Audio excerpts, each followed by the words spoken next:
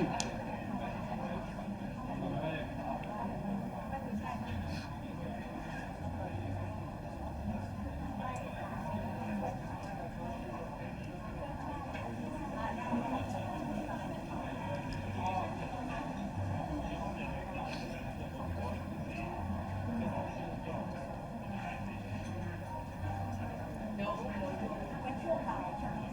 วงบ่ายบางทีบางข้อมันแจกร้อน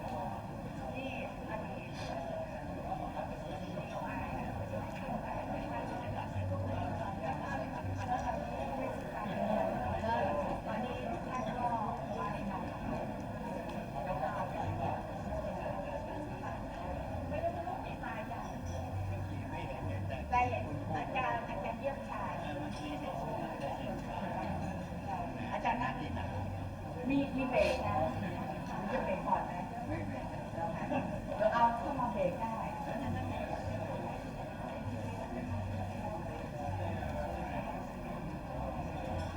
อ่ะเอาดินั่งดีไหมห้องน้ำห้องน้ำเลยลูก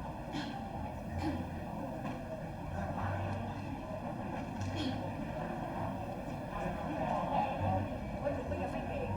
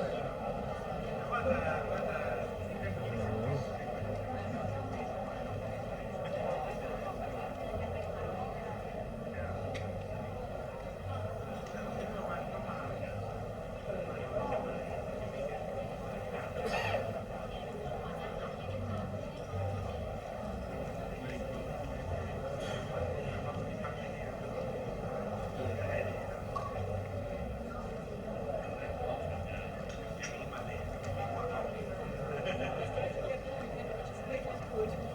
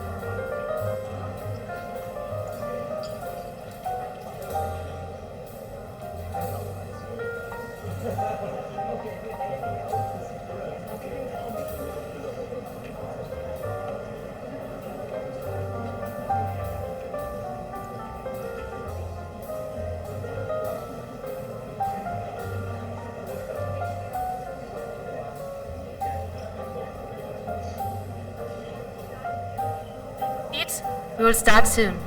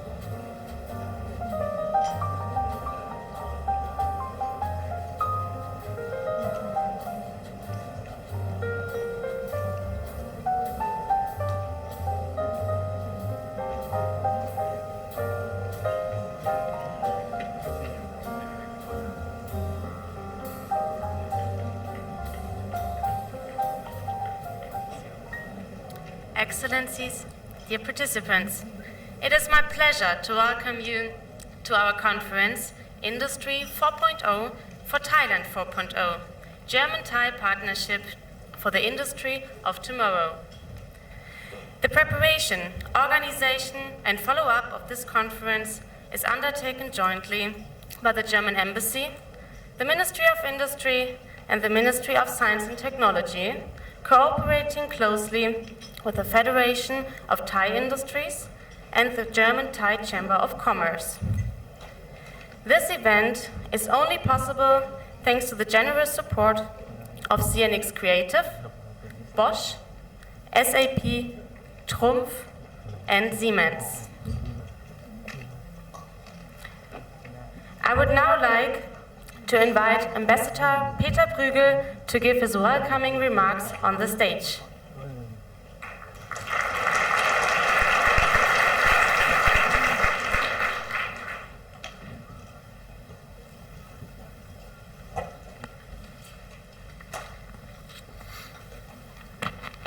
Sawadee krap, good morning, everybody.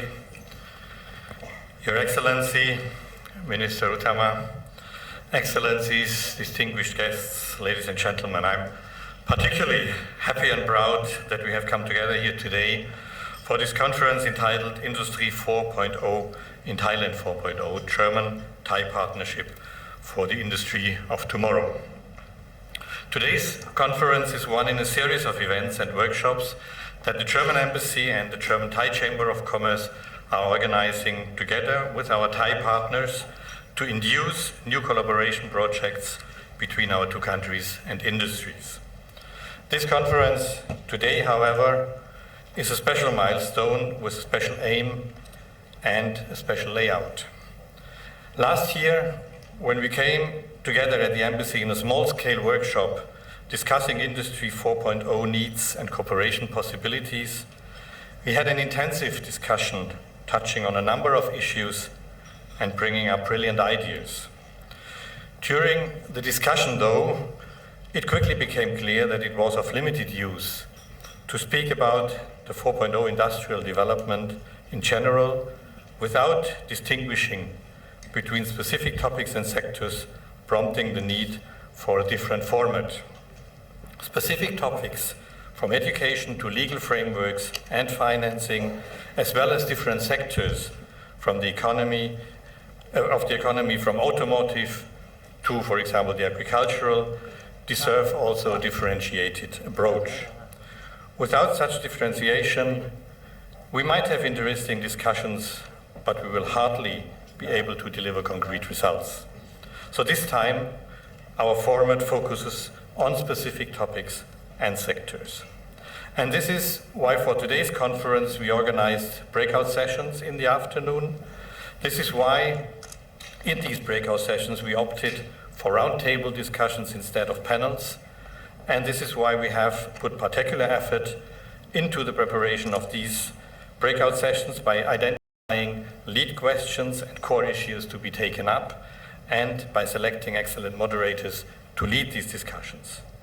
Before that, however, the keynote speeches and the high-level panel this morning will frame these breakout sessions and give us some insight on the general interest, goals, and needs of both our industrial policies in Thailand and in Germany.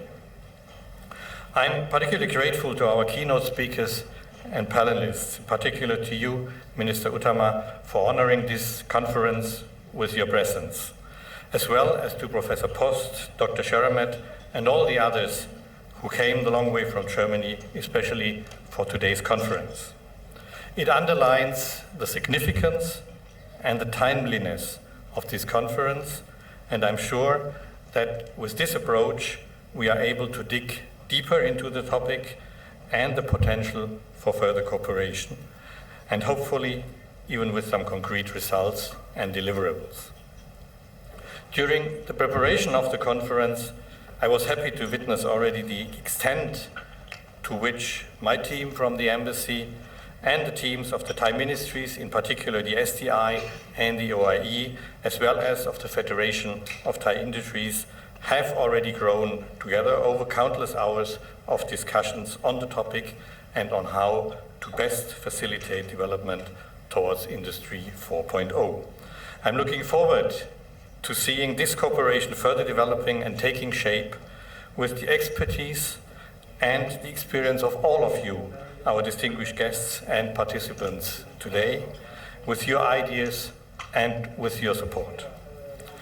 Ladies and gentlemen, I feel that I also have to say a few words and explain something about the title of this conference. I have been asked several times if there is not actually a spelling mistake in the Industry 4.0, in Thailand 4.0.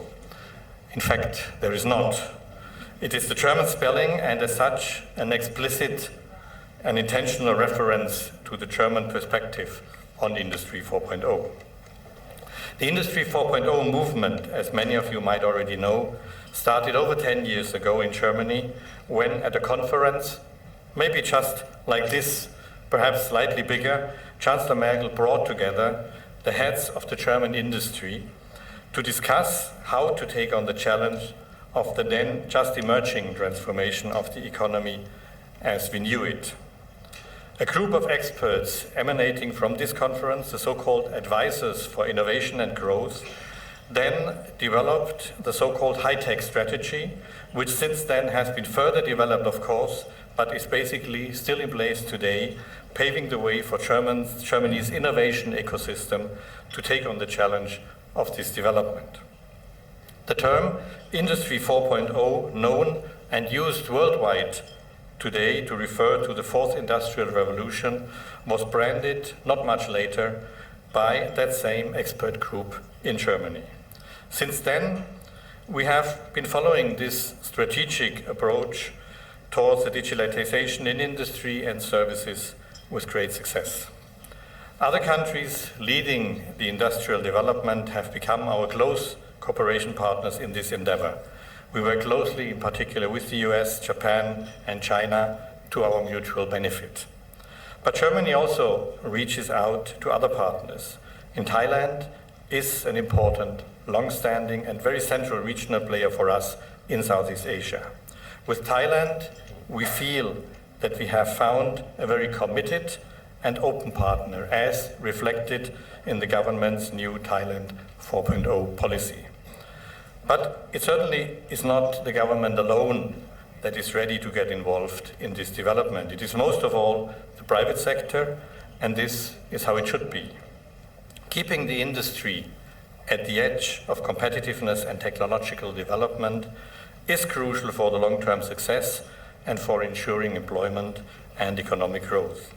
It is therefore, above all, in the interest of the industrial sector itself. The world around us is continuing to change. All nations are awaking to the call of this fundamental transformation, and it is not an option to wonder whether one should join or not. There is only the question of whether we manage to lead the movement or whether we simply follow it. However, to have Thailand lead Southeast Asia into and through this industrial revolution takes commitment. Commitment to take responsibility and above all, commitment to act. And we have come together here today to develop strategies for what exactly the competent authorities and the private sector should do to take on this challenge. To begin with, it would certainly be worth considering necessary adjustments to the legal framework, rethinking, for instance, service sector liberalization, work permit restrictions, traffic and non-tariff barriers, as well as framework conditions for domestic and international investors in high-quality products and high-tech industries. Another important aspect is putting out the right funds and incentives to facilitate investment in key technologies and sectors. And we are eyeing with interest the new competitiveness law that promises to take on many of these issues. Then, with the legal and the financial framework set, it is all about cooperation and investment, private and public alike, not getting caught in hesitation, but joining forces with the most important partners while taking up and sharing minor risks where needed in order to move the process ahead. On this journey, ladies and gentlemen, we are happy to join forces with Thailand for our shared benefit and development. And this leads me back to the key purpose and question of this seminar today. What can Germany do to assist and partner with Thailand on this journey? Where can we identify areas with potential for further cooperation? German companies have gathered experience and expertise, and they not only have the curiosity, but they are eager to explore new fields and new business opportunities. Many experts, as well as representatives from the German and Thai business sector, and I'm pleased to see so many of you, have followed our invitation and are here with us today to share their know-how and to build new bridges. So let us take this opportunity to reinforce the strong connection we already have and to go beyond in our collaboration towards the industry of tomorrow. In this spirit, I wish you an inspiring morning and a productive afternoon with hopefully many concrete results and a successful follow-up. Thank you very much for your kind attention.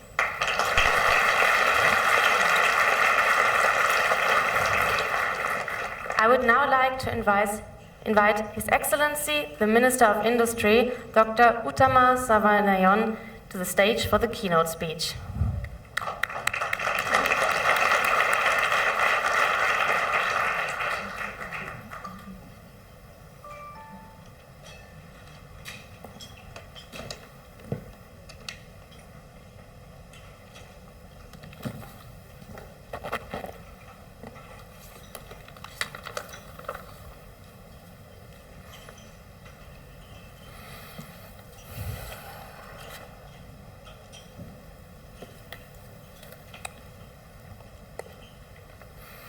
Your Excellency, Ambassador Prugel of the Federal Republic of Germany, Dr. Somchai, my Permanent Secretary of the Ministry of Industry, Dr. Soranit, Permanent Secretary of Ministry of Science, Technology, Dr. Shiramet, Director General for Industry, Federal Ministry of Economics and Energy, Kun Jain Namchai Siri, Chairman of the Thai, Chairman of the Federation of the Thai Industries, Mr. Lawrence Zini, President of German Thai Chamber of Commerce, distinguished speakers, guests, ladies and gentlemen, it is my great pleasure to join you this morning, and let me first express my sincere gratitude to the German Embassy, our Ministry of Science and Technology, Ministry of Industry, Federation of Thai Industries, and all who are involved in organizing this very important and timely conference. Ladies and gentlemen, as Mr. Ambassador alluded to earlier, the world is witnessing numerous changes and developments. Some have indeed been groundbreaking and even altered our lives, the way we see the world and the way we connect to one another. Significant advances in technology have played a crucial role as catalysts for many important changes. The internet and the digital technologies are clearly among the leading catalysts. Most notably, these technologies have led to an unprecedented level of connectivity in virtually all dimensions, socially and economically. Connectivity has been a great driver of creativity and innovation by enabling the sharing of knowledge, information, and technologies among peoples in the ways not previously possible. As such, for countries around the world, The global arena today becomes increasingly connected and collaborative, but also highly competitive at the same time. For Thailand, we are a small country, and we are aware that we urgently need to change and embrace appropriate technologies to advance successfully in this connected global arena.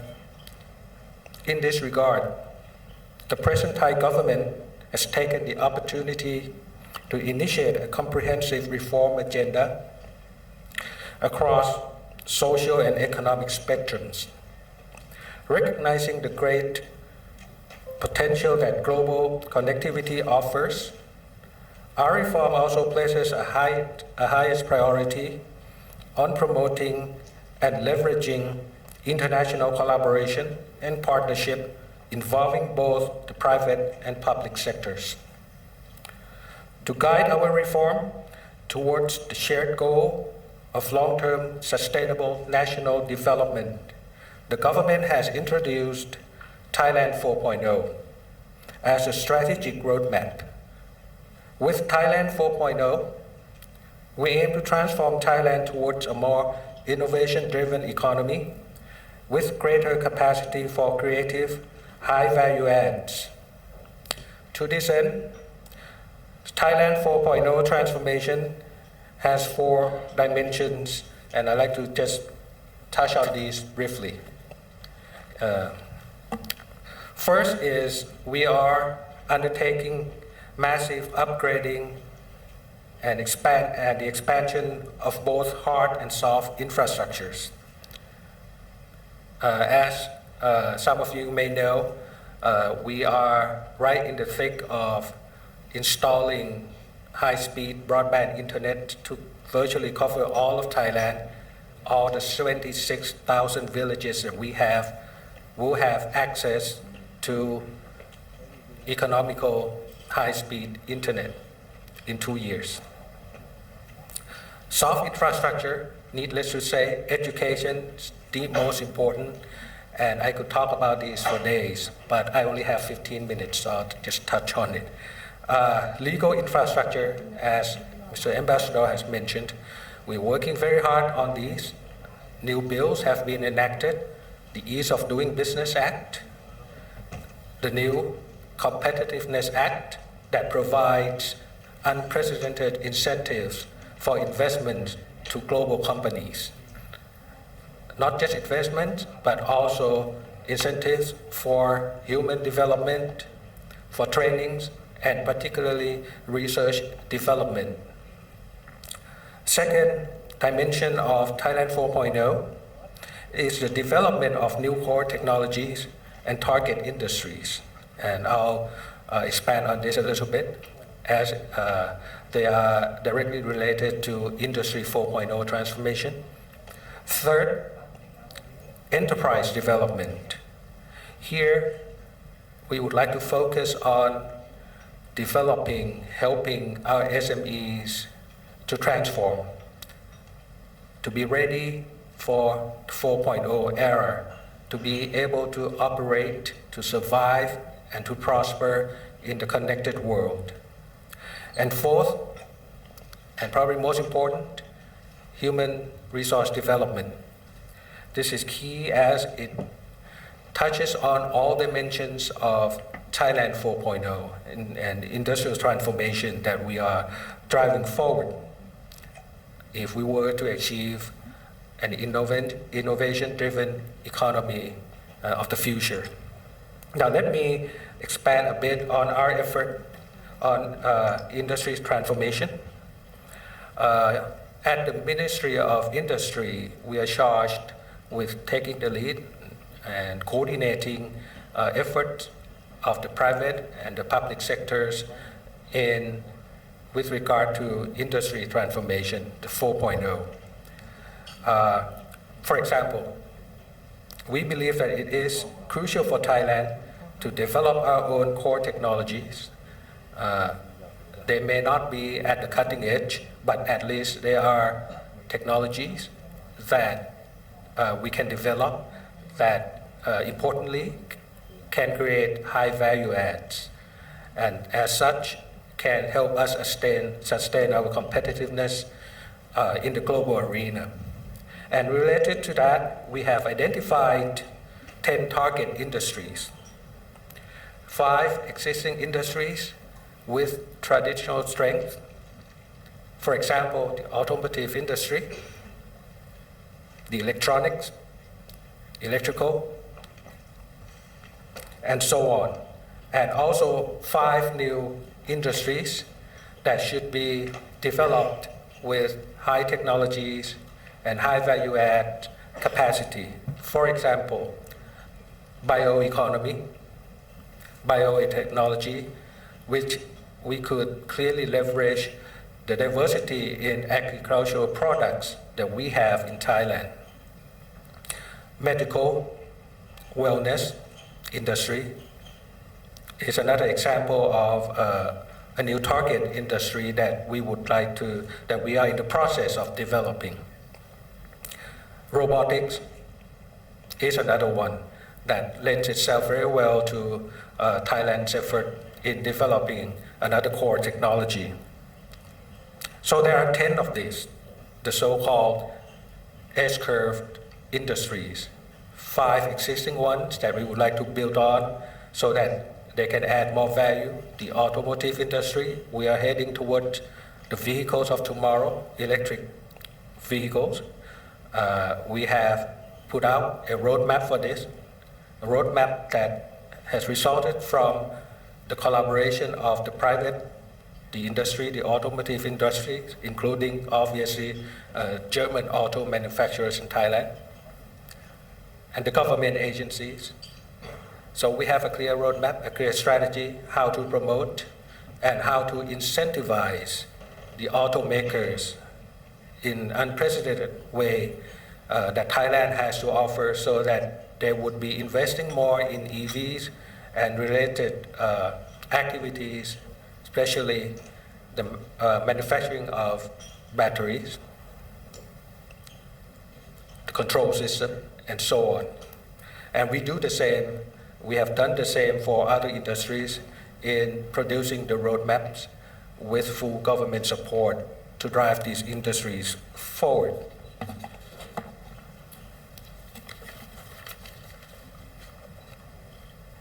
And integral to the transformation of our industries is the development of high-quality enterprises and manpower. Here we focus, as I was saying, on the SMEs in particular, but not to neglect the larger companies for certain, but they are relatively more capable of taking care of themselves, of accessing technologies and know-hows, but the SMEs, they do need specific support if they are to grow and they are to become a capable engine of growth for the Thai economy 4.0 in the future. Now today, you probably know that it is increasingly recognized that the SMEs can be a highly productive source for innovation. And as such, we want to support them so that they can become a new engine of growth, as I mentioned, for the Thai economy. While there are great opportunities, many challenges also exist for the SMEs in Thailand. They still, for example, face obstacles in accessing appropriate technologies, and they crucially need support to develop effective understanding of sustained quality and productivity improvement. Importantly, while Thai SMEs have great creativity, they still need to adopt the necessary skills and know-how to translate creativity into innovation and ultimately into high-value-add ventures, products, services, and so on. Another important issue for the SMEs that we are trying to work with them is for them to gain more internationalization so that they can be empowered to connect, to reach out to the regional, to the global market by themselves. The Thai government has launched new special incentives to systematically support the SMEs. But crucially, we need the concerted, coordinated efforts of many parties in all sectors of Thailand. This is the case also for all Thailand 4.0 transformation initiatives. Ladies and gentlemen, for us to make real and timely progress for Thailand 4.0, the government has introduced, as many of you probably know because you are also involved in this, is a PPP, public-private and education partnerships. PPPs are domestic and also international in scope. At present, there have been 12 PPP groups working on various aspects of Thailand 4.0, including industrial transformation. And with combined resources, PPP groups are able to formulate clear goals, share firm commitment, and ensure strong continuity towards common goals. PPP has been quite effective in the execution of various strategies and initiatives under Thailand 4.0. I'll give you a couple of examples. For target industries, we work closely with the Thai Federation of Industries, Thai Chamber of Commerce, in a PPP group. And for each PPP group, there are co-chairmen or chairpersons. One, the main one from the private sector. In this case, Kun Jain here, chairman of Thai Federation Industries. He co-chairs with me on a couple of these PPP groups. The other one is the SME group, development group. There are actually 3 chairpersons there. The chairman of the Federation of Industries, the chairman of Thai Chamber of Commerce, and myself. They do the heavy work. We do the support work. We lay down the framework required, but the private sector takes the lead in these PPP groups. There is another group in bioeconomy, and they have presented their roadmap. The automotive group, they have presented their roadmap. Both have been formally approved by the cabinet. I presented them to the cabinet, so they're now in effect, and we can work together with common understanding on these industries, using the PPP groups as the mechanism to drive the execution. Now, for the past 2 years, we have focused on formulating Thailand 4.0. Now, this year, ladies and gentlemen, is the time that we move forward with systematic execution to put in concrete foundations and to achieve tangible progress for future actions. Most importantly, in doing so, we are putting great effort into creating high-impact international partnerships and collaborations. We recognize that they are imperative to the success of our reform. To this end, I'd like to propose a Thai-German partnership in the Industry 4.0 transformation, and I'm perfectly very happy to have heard the same from His Excellency, Mr. Ambassador Bruegel. Germany is internationally recognized as an early pioneer and a cutting-edge leader of the Industry 4.0 transformation, and the benefits are clearly evident. German enterprises and human resource development are widely admired for their excellence in productivity and innovation, among other qualities. Your academic community holds high regards for advanced research and development, as well as for the effective development of manpower and practical applications. If Thailand is to succeed with our 4.0 transformation, we need to work with a leader of this field. Thailand can indeed learn much from Germany, and we can make adaptation based on German experience, and that would be so valuable. It would save us time and effort in reaching our 4.0 goals. Now, the partnership that I'm proposing will not be a one-way street, that is from Germany to Thailand. That is not what we're looking for. The partnership should be based on the PPP working principle, shared interests. Asia, and in particular Southeast Asia, is a region of great growth potential and dynamism. Our 4.0 partnership can be instrumental in providing Germany and Thailand with unique accesses to the emerging opportunities while benefiting many of our friends in Asia as well. With our location and strategic connectivity,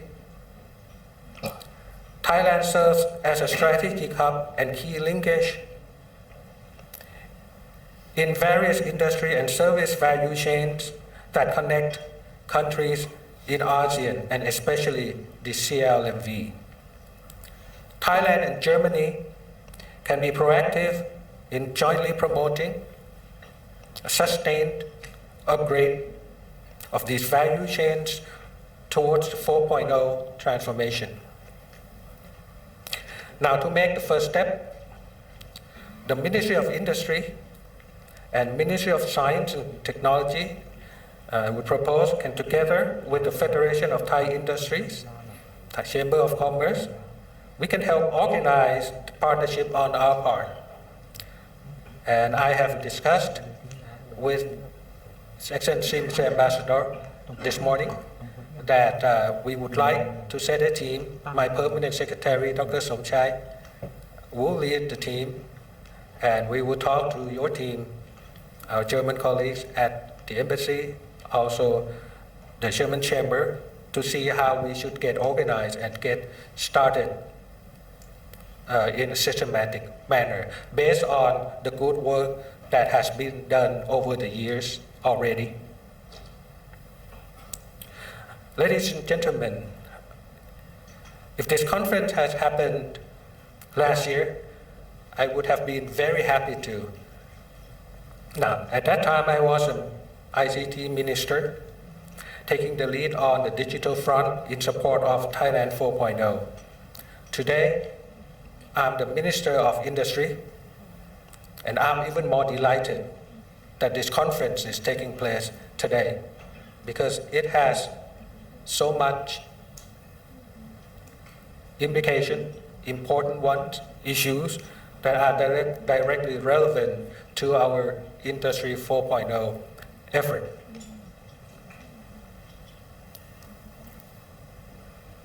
The conference, in my view, can play a crucial role as a catalyst for the Industry 4.0 partnership between Germany and Thailand.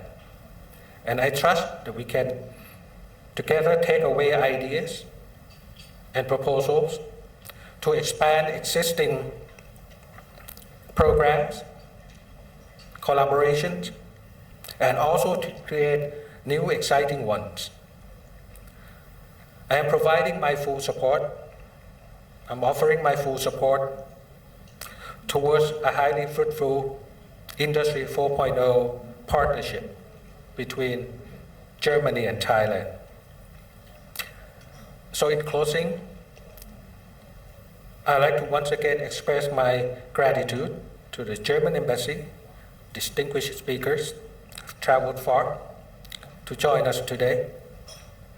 The experts, German companies,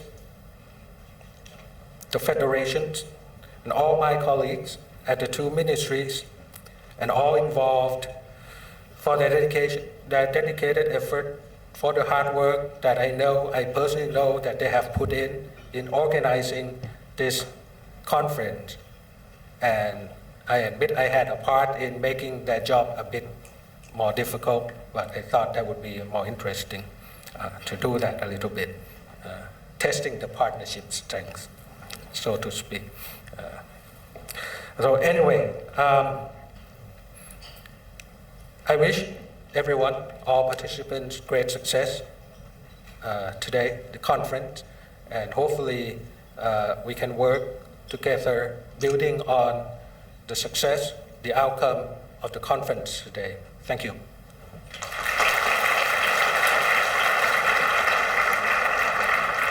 Thank you, Minister Uttama, for the insightful overview on the most pressing issues regarding Thailand 4.0. Ladies and gentlemen, Professor Dr. Peter Poss is Head of Applied Research of the Festo Group in Germany and has been appointed to be member of the German Council of Science and Humanities by the President of the Federal Republic in Germany. He joined us today to hold a special lecture on Germany's strategy for innovation and growth in industry perspective. Please welcome to the stage Professor Dr. Peter Post.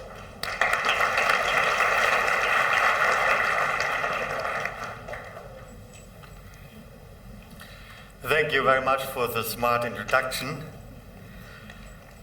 Honorable Minister Uttama Sawanayan, sehr geehrter Herr Botschafter Peter Brügel, distinguished audience, dear ladies and gentlemen, Sawadee Krap. It is a big joy for me being here in Thailand once more, and especially here in Bangkok. I like the wonderful city because of the liveliness, the culture, the buildings, and mainly the very, very nice people. And of course the Thai food, sure. But I would like mostly to thank you all for being here in this conference, having the opportunity here to speak about Industry 4.0 from a viewpoint of a company. You've heard I'm coming from the company Festo. We are an automation company, a family-owned company situated in Germany but acting worldwide. We have already a subsidiary here in Bangkok since years. And we are producing automation components, delivering people and companies who are producing production sites. Pneumatic drives, electric drives, and all the control equipment for this. And together with this, we have some aspects of didactic for educating people in technical points of view. Industry 4.0, it affects us all in industry. It is becoming more and more evident in all aspects of manufacturing and production. It helps to improve effectivity of all processes and to increase productivity in all aspects. The label Industry 4.0, as it already was mentioned, is a German invention. So it is written worldwide with IE at the end and not with Y as you would expect. But nevertheless, industrial IoT, the industrial Internet of Things, is a worldwide trend for all industries throughout the world and needs to be implemented wherever industry is situated to be competitive. So I welcome very much having the opportunity here today to share the visions of the future of industry with you all together. But you have to think about that I'm coming from the industry, in the automation industry, and I'm telling you some things in this context. Since long we have to cover the important trends of industry, the important trends of customer-specific production, with individualized products, with mass production of individual designs at small lot sizes, with one-piece flow at high series effectiveness. We have to deal with sustainability in all aspects, with high efficiency and near to zero emission. with reusability of machines and equipment, and all this with no waste. And finally, modular solutions, virtual factory and value chains, they are discussed since several years.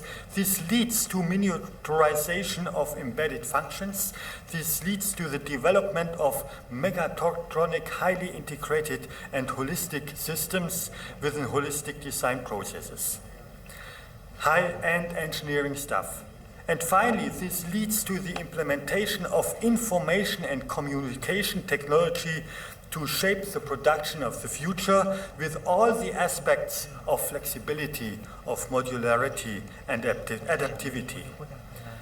But to be very precise here, and we have to be precise, IoT is not the world of Amazon and Uber. It is not the world of Google and Facebook.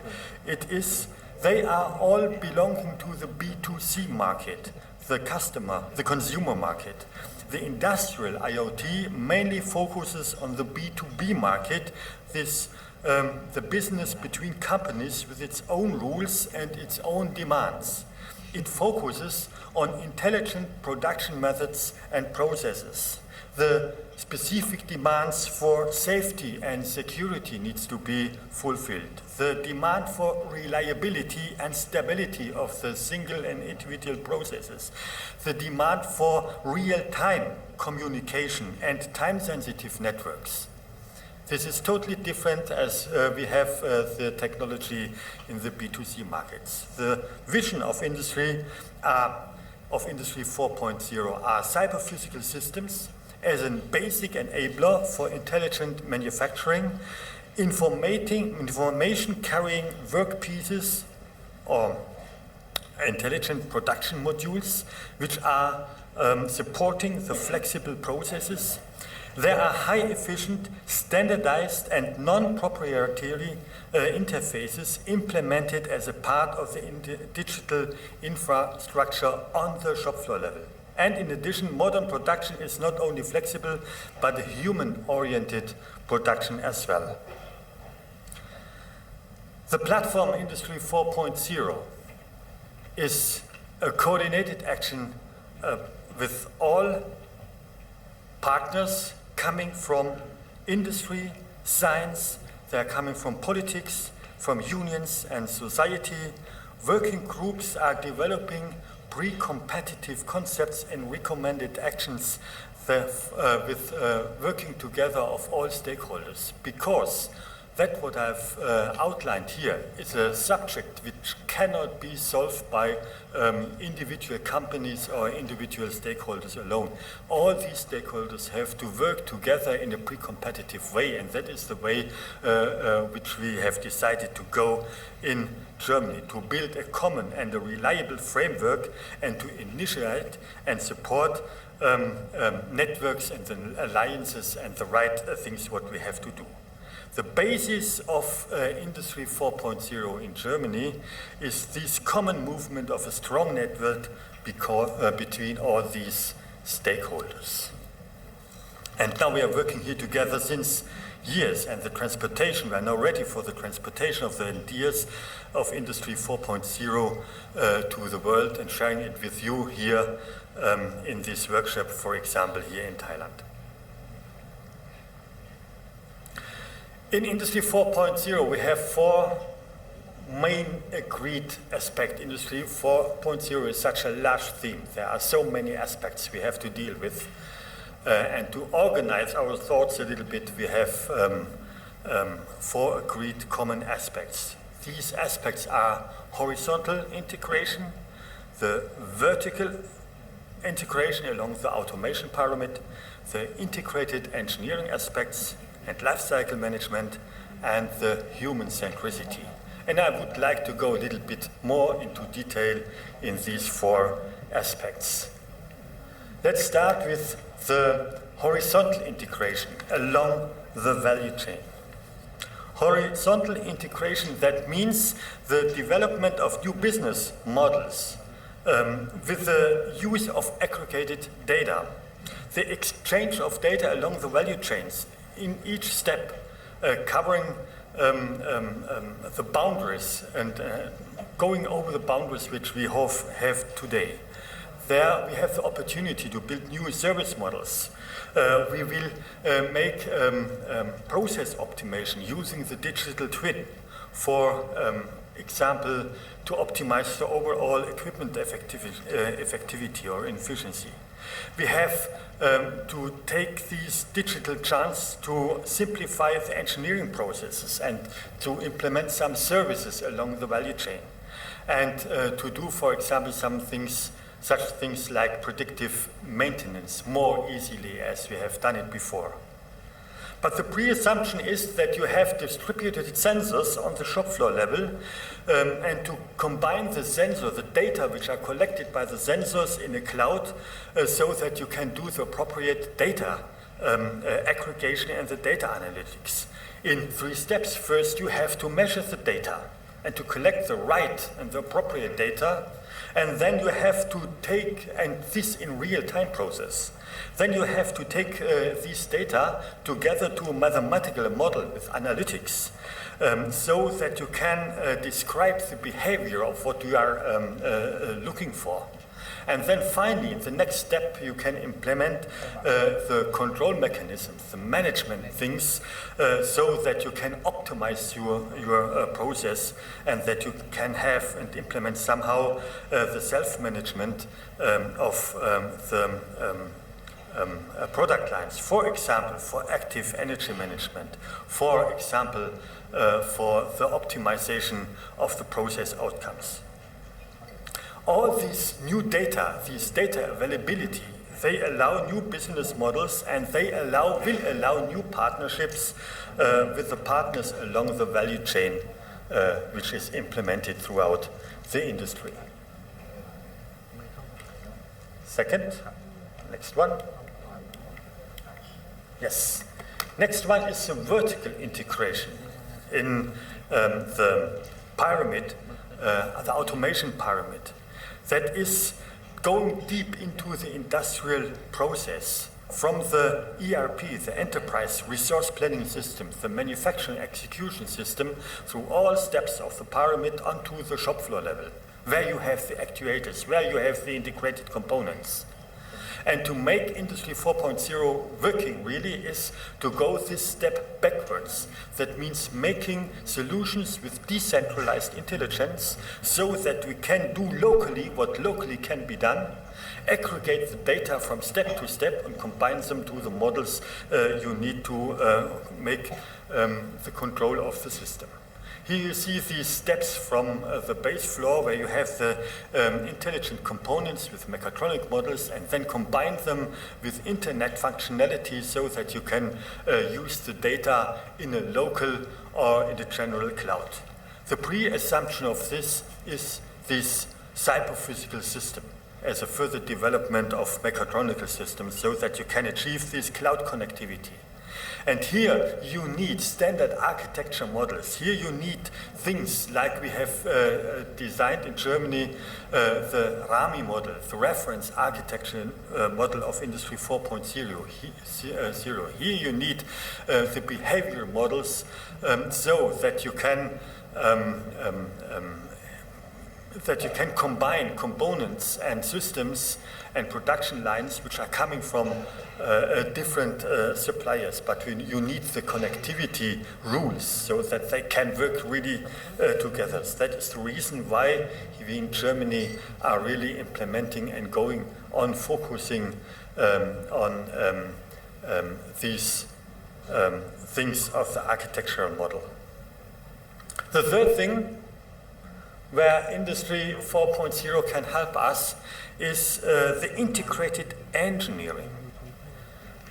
Working with virtual models throughout the life cycle of products. For example, for making the right decision in the very first beginning. For example, if you have a handling system with a more complex path to go, then you have to design this handling system with simulation models in the beginning, with taking virtual models with data already before you have implemented it in real, working on this real model, and then you make the engineering all on this model, and then finally, if you have the implementation of this model, of this real case, then you can transport and transform all the control activities directly without programming any line of code. Virtual commissioning, graphic-oriented programming, process optimization of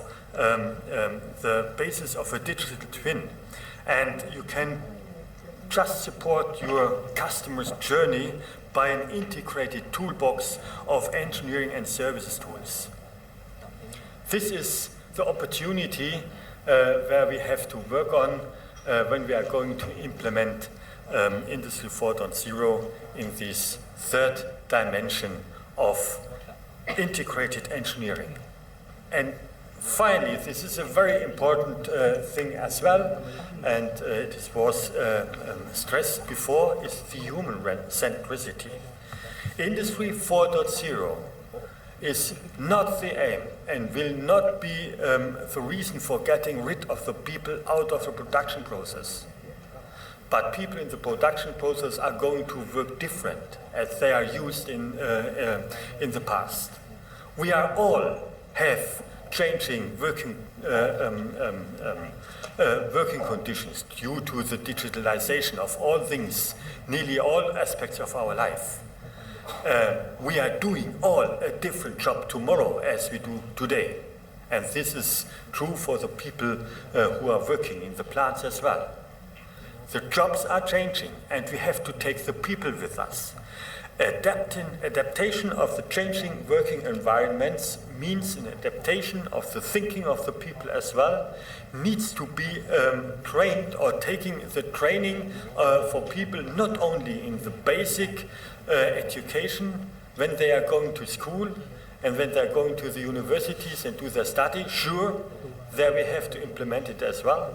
But we have to implement it for people who are already in work and taking them with us, and to implement things like lifelong learning, and to give the appropriate tools to make them able that they are going to learn. So I'm very happy to discuss this afternoon in the working group 5 these things of education. This is one of the reasons why we as a company Festo, very early, already in the 60s of the last century, we implemented extra company within our context, the Festo didactic, which is dealing with education, technically oriented education, together with industrial components. So techniques and systems which are coming from techniques together with optimized organizations and trained people, they will improve productivity in a general, in a holistic view. Learning is a lifelong task. How can I adopt new knowledge quickly? How can I detect where I have to find new stuff which I have to learn? And where do I find the appropriate content? That is the things we have to discuss in this context. Build communities of practice in this aspect. And sure, start with the technical education already in basic schools, might be in the kindergarten, and going with technical stuffs from the very first beginning. And making the use of new tools with blended learning, with mobile learning, with learning on demand, new concepts of learning, which will give us the chance of taking the people with us. But not coming with anxious and fear that Industry 4.0 and digitalization is destroying the labor of the people. I don't think so that this will happen. But we have to be prepared for the change. So finally, let's come to the end. Concluding remarks. Next. Yes. Just 2 main points. Industry 4.0, the digitalization transformation will work when there is a strong community of all partners with a coordinated action. That means politics as a stability factor, as a coordinator, and as a facilitator on the one side.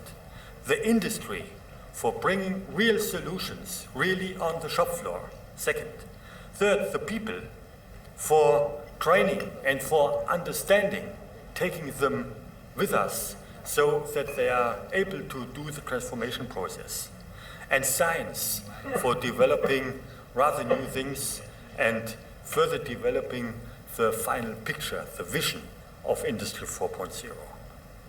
And second is, Industry 4.0, in my opinion, it is an evolution.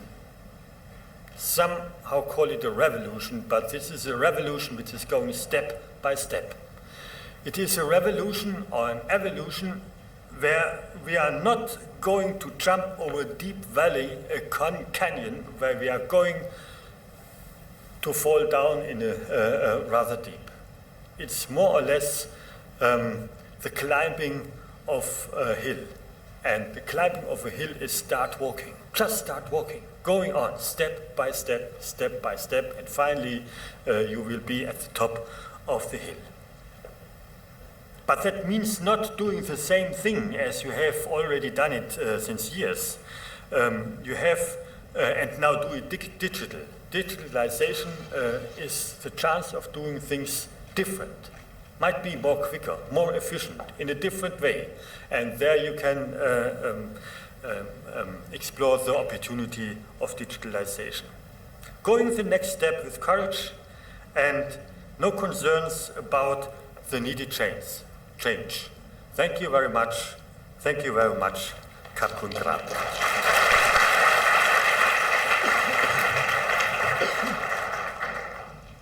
Thank you, Professor Dr. Post. Please remain on the stage a few moments longer.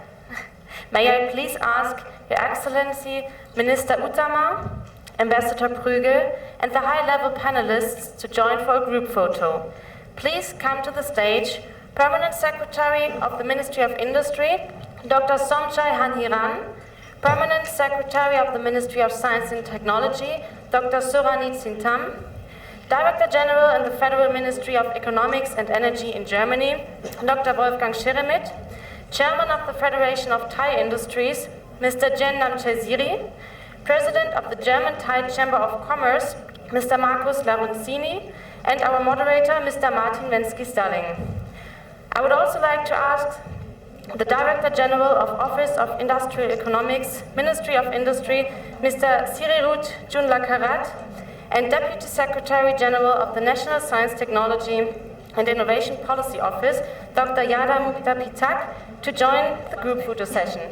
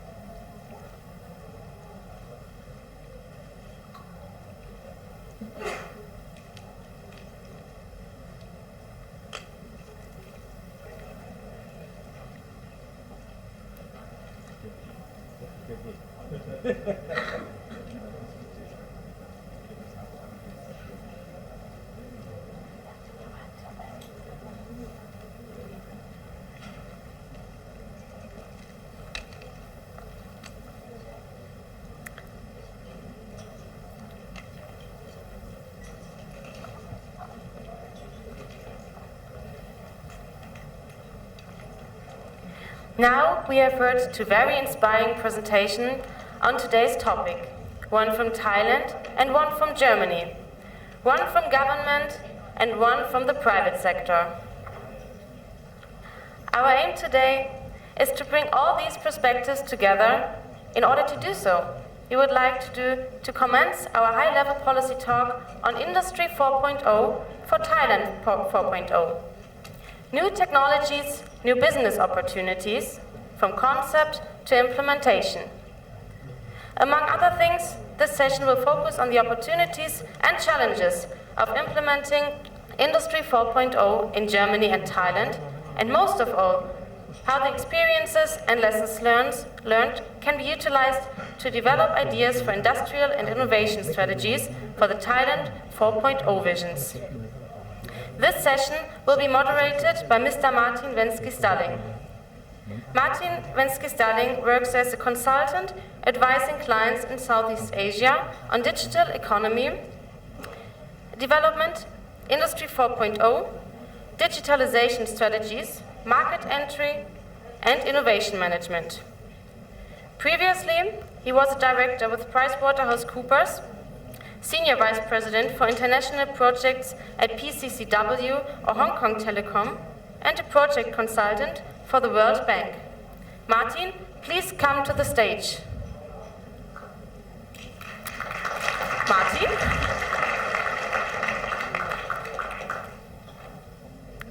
I don't know.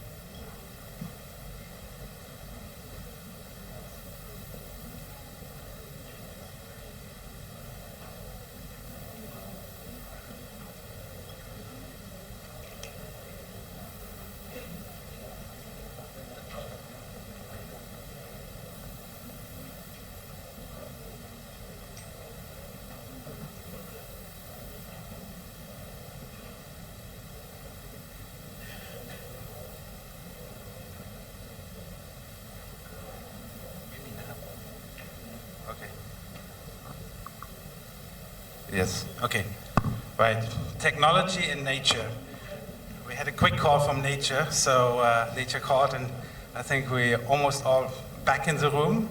So because the panelists didn't hear the MC, I would like to invite my fellow panelists again to the stage.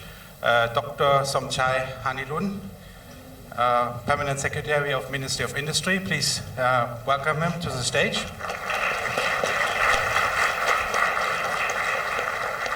Kun Markus Lorenzi, President of Siemens Thailand and also President of the German-Thai Chamber of Commerce. Dr. Wolfgang Scheramit, the Director General of the Ministry of Federal Ministry of Economics and Energy. Dr. Jane Namchai Siri. And Kun Soranit Silatham, the Permanent Secretary of the Ministry of Science and Technology.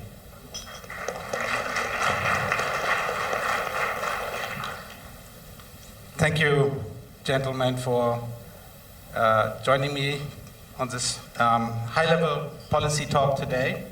We have about 2 hours to have a chat, a discussion. Hopefully, a lot of interactions between you. We did set some rules to make it a little bit different to the normal format. We have some rounds. We do have rounds, but we try to keep everything really short. Only the first round gives you a little bit more of an opportunity to elaborate a bit on where Germany and Thailand are, and perhaps pick up on some of the points that the minister, the ambassador, and also our keynote speaker shared with us before our panel. So hopefully we can engage on things that we are mentioning with each other. So the first so-called round is the kind of stock-taking high-level policy issues 4.0 in Thailand and in Germany. And what is the current perception or status of Industry 4.0, particularly related to policy. So I would like to invite Dr. Sheramit to perhaps elaborate a bit more on the situation in Germany and the success stories from Germany, the role of the government, and also then possibly the role of the private sector and how this has changed maybe over time. Professor Dr. Sheramit, please. Yes, thank you very much. We had a lot on Industry 4.0 on digitization, and really it's a fact that digitization will change the way we live, the way we communicate, the way we move, and finally also the way we produce. And this final change, the way we produce, this is what we call Industry 4.0. And this whole matter, the way we produce, the way we live, the digitization of industry and the digitization of the whole society, it's a matter of the whole society. Therefore, we have launched the platform Industry 4.0. The platform Industry 4.0 is a tool to manage the structural change from the analogous world to the digital world in the industry. And because it's a matter of the whole society, we took on board not only the employers associations, industry associations, we also took on board the trade unions. And this term, Industry 4.0, has become some kind of international brand or trademark. Industry 4.0, as I said, means the merging of production technology and information technology.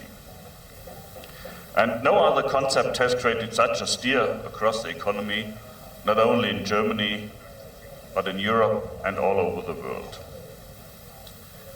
And this Industry 4.0 describes a new level of organization of the value chain. And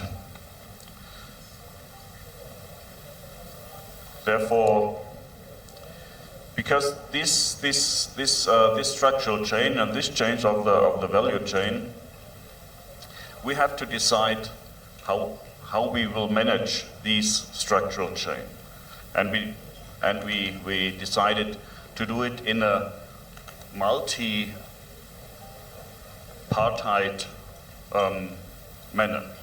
So we brought together the trade unions, business, science, and in the company to work jointly on the solutions for Industry 4.0.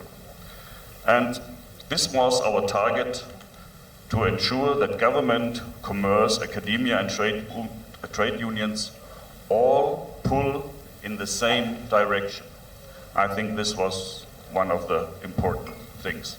And if you want to know how we manage this, I have brought some information. So we have a flyer, it's at the back side, on both sides of the door. You can have a look and you can take it, that you know, and that you can a little bit look how we in Germany try to find a solution for the challenges of Industry 4.0. And this multi-stakeholder approach, in our opinion, is the best way in Germany, to address all the aspects of Industry 4.0. And these different issues range from technical issues regarding standards, technical questions of the right legal framework. It depends, it assesses data security in a connective system. and, as Mr. Post already said, it addresses need-based training for the workforce. And I think we made a very good progress since the start of our platform. Currently, there are more than 300 actors active in the platform Industry 4.0. And the platform has become one of the most active and prominent networks in the world. Second, the platform provides recommendations and best practice examples, especially for SMEs, and it provides information how to cope with the challenges of Industry 4.0. And what we made, for example, is we collected all the information of all the collected best practice examples in a map, and we have published this map.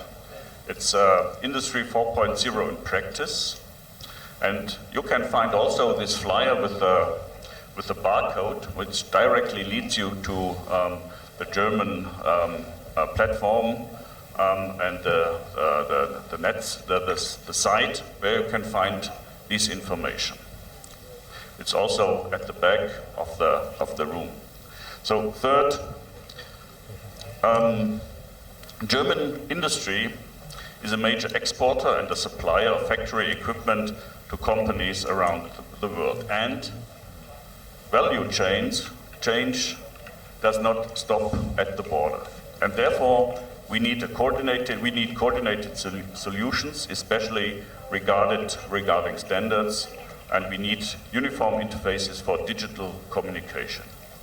And this is one reason why we addressed also Industry 4.0, and we put it on the agenda of multilateral institutions. For example, we pushed it in the European community, and we successfully held a conference in the G20 context where we invited the Industry 4.0 initiatives in the G20 countries to Berlin. And this was a really successful conference.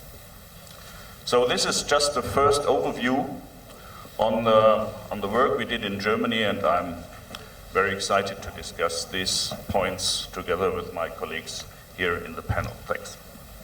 Thank you very much, Dr. Sheramet, for your introductory remarks and highlighting the importance of Industry Platform 4.0 and also bringing some information to us, that leaflets. And we also have a mini exhibition outside, and those examples on the posters were drawn from this very useful website where you can see many examples, real examples of how Industry 4.0 has been implemented in Germany.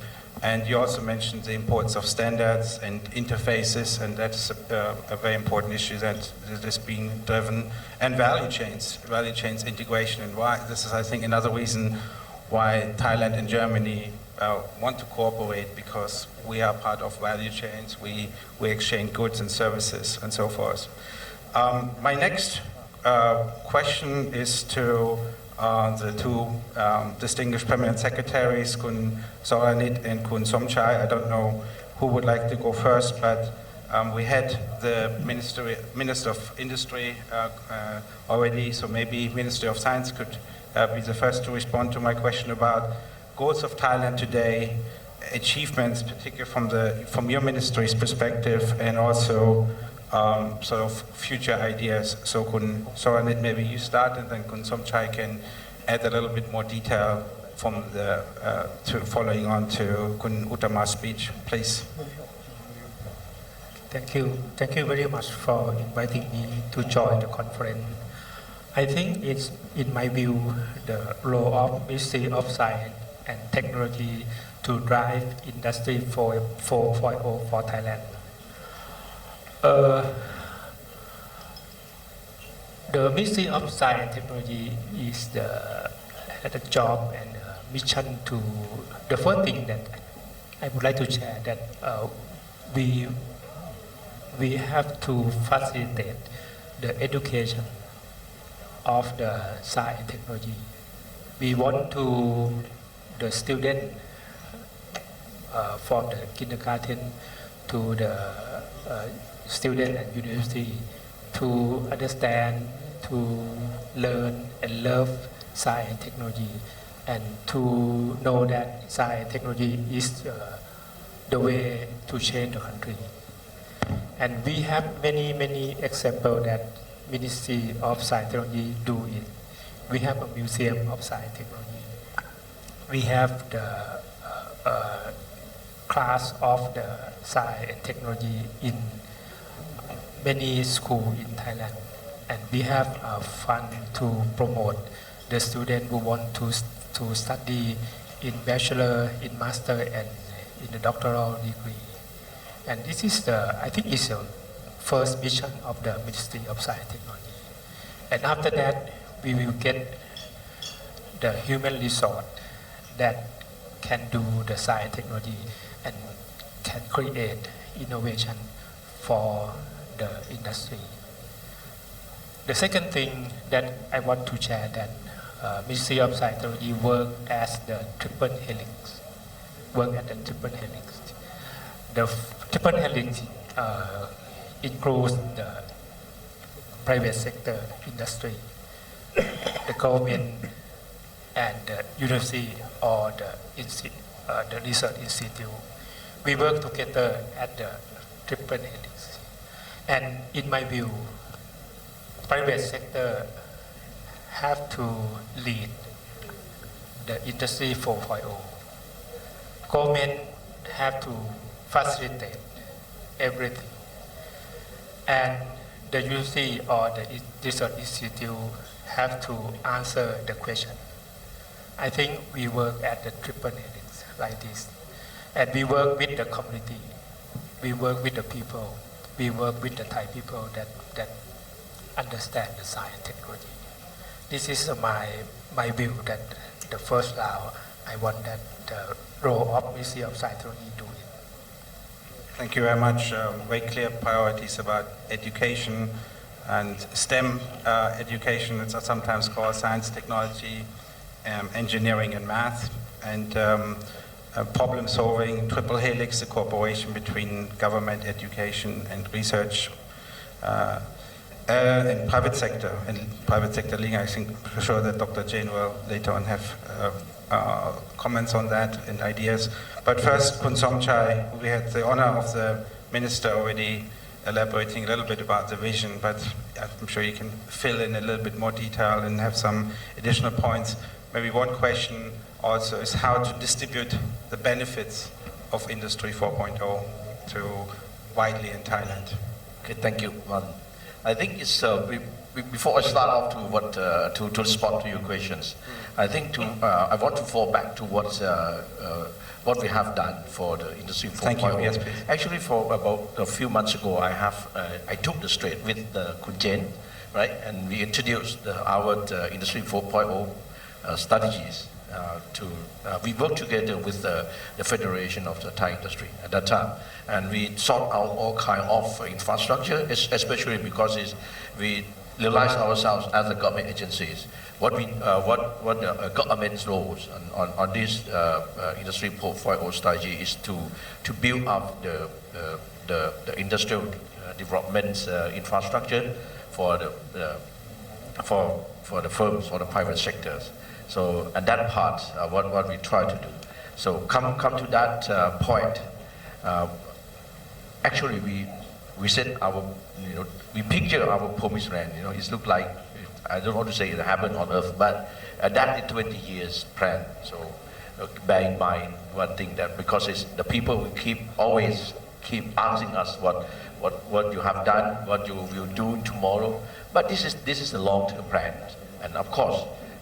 I think I have chance to chat with Marcus once, and we know that in Thailand, no one. I'm not quite sure that there is any firms who has operate the Industry 4.0 as we just mentioned. But some might. But from my best knowledge, I haven't seen yet. But come back to the questions that what the government have prepared for that one. We will focus on was our job and to build what the infrastructure for the SME, especially for the SME, because most of the Thai company is small one, as my minister mentioned in early this morning. He said that because of the big companies, you don't have to worry because they're unable to access into the new technology. But for the SME, they need some assistance, some guideline, or especially for some kind of knowledge of the technology, whatever. We need to bring the short-term policy is in order to have a new innovation or new technology coming to Thailand. I think the government have set some kind of the special privilege for the target industry to bring in the new technology via the FDI. So that's why you have seen that the BOI has transformed or reformed the investment incentive and privilege for those companies, for the foreign company or the global company to come into Thailand. But in particular activities that you have to to engage with the Thai company or with the academic institute that you have to do. But if I'm not mistaken about the figures, I think the first quarter, quite a number, 45% of the FDI just issued the application for the BOI privileges. It's about 45% is the high-tech technology, high-tech investment. So which is quite achieved in that one. So for the SME, we provide some kind of, we set up, Ministry of Industry set up with close cooperation with the Ministry of Science and Technology. We set up that we call the Industrial Transformation Center.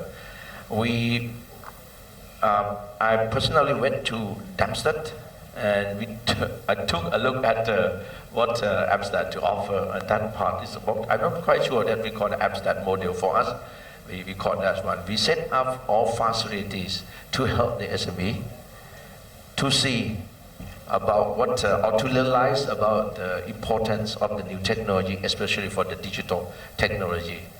Automations, of course, this is the beginning, maybe the early stage of the Industry 4.0, but they need to know, they need to understand, and they need to realize what is the Industry 4.0 is look like.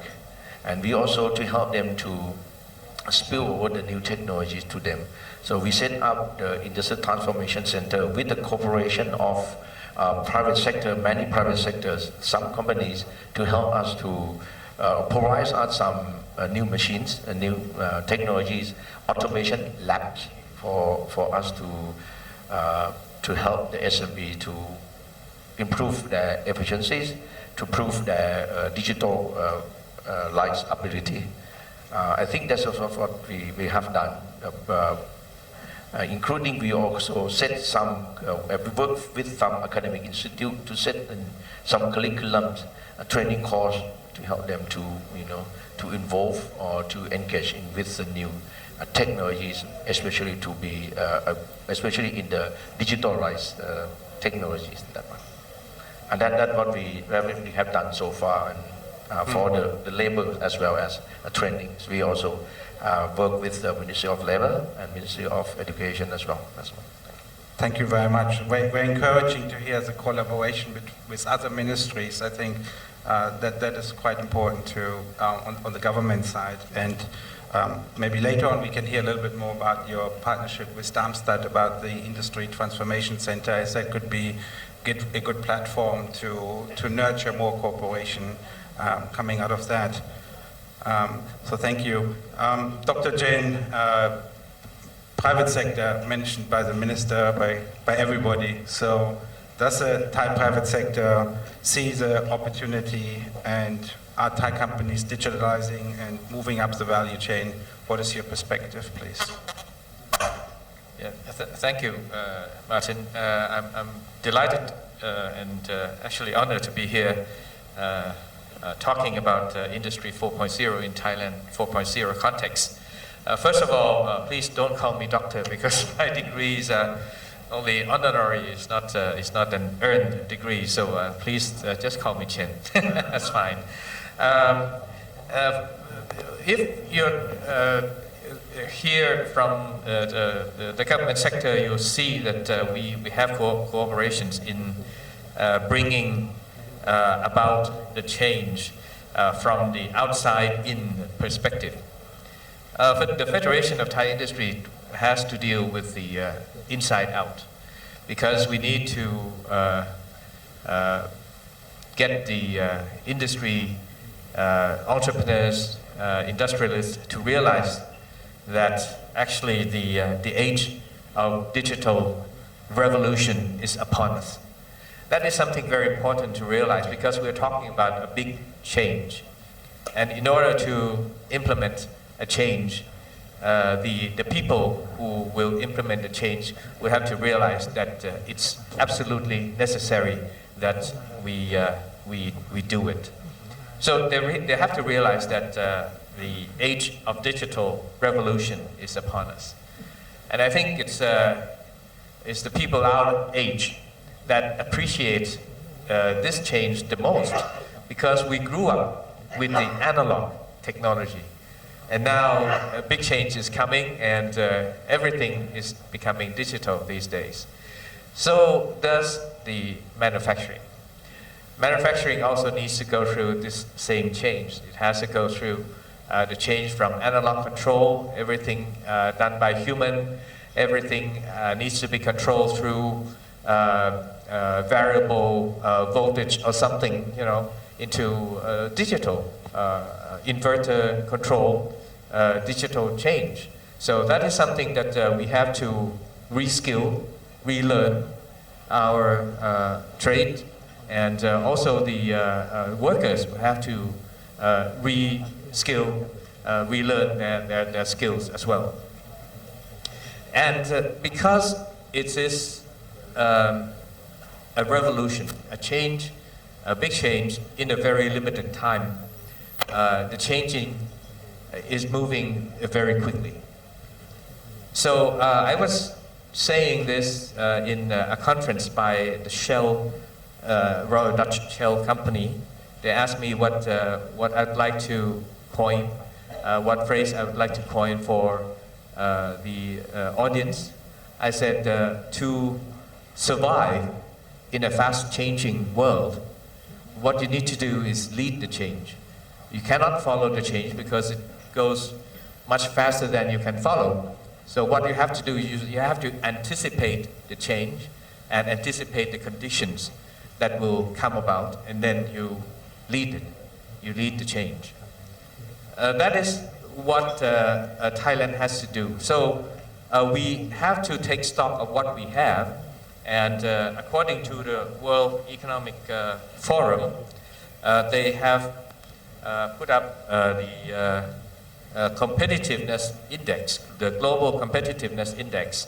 There are 12 sub-index, 12 pillars, so to say, and Thailand is scoring more or less the same as the East Asian Pacific standards in most of the categories, in most of the pillars, except the pillars about business sophistication, innovation, institutions, and infrastructure.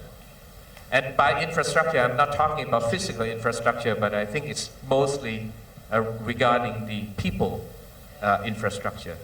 So that is something that we need to address, and as the permanent secretaries from Industry and permanent secretary from the Ministry of Science and Technology has already mentioned, we are preparing the package for re-education of our personnel and our manpower.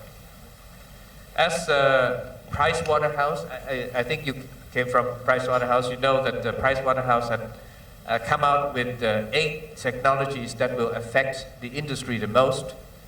The first one is AI. Second one is AI, artificial intelligence, because of the big data that we have to deal with.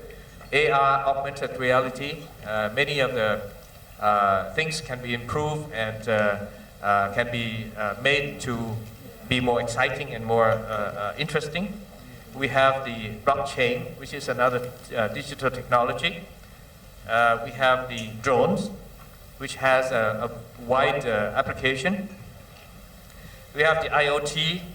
Of course, everyone knows about IoT, the Internet of Things. Someone said that it should be called Internet of Everything instead. We know about robots, the technology, virtual reality, and lastly, the 3D printing. You see that all these 8 technologies are based on digital revolution. So these technologies will be most influential to the industry of the future.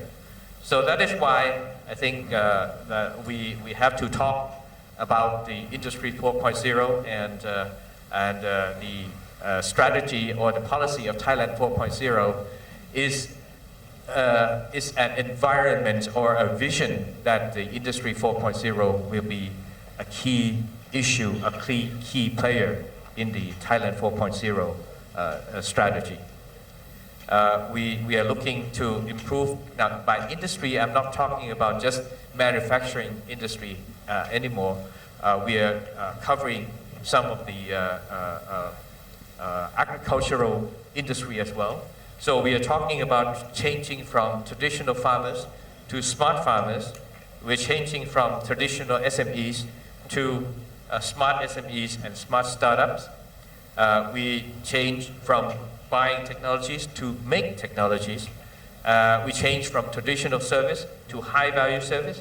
We change from unskilled labor to knowledge workers and high skilled laborers.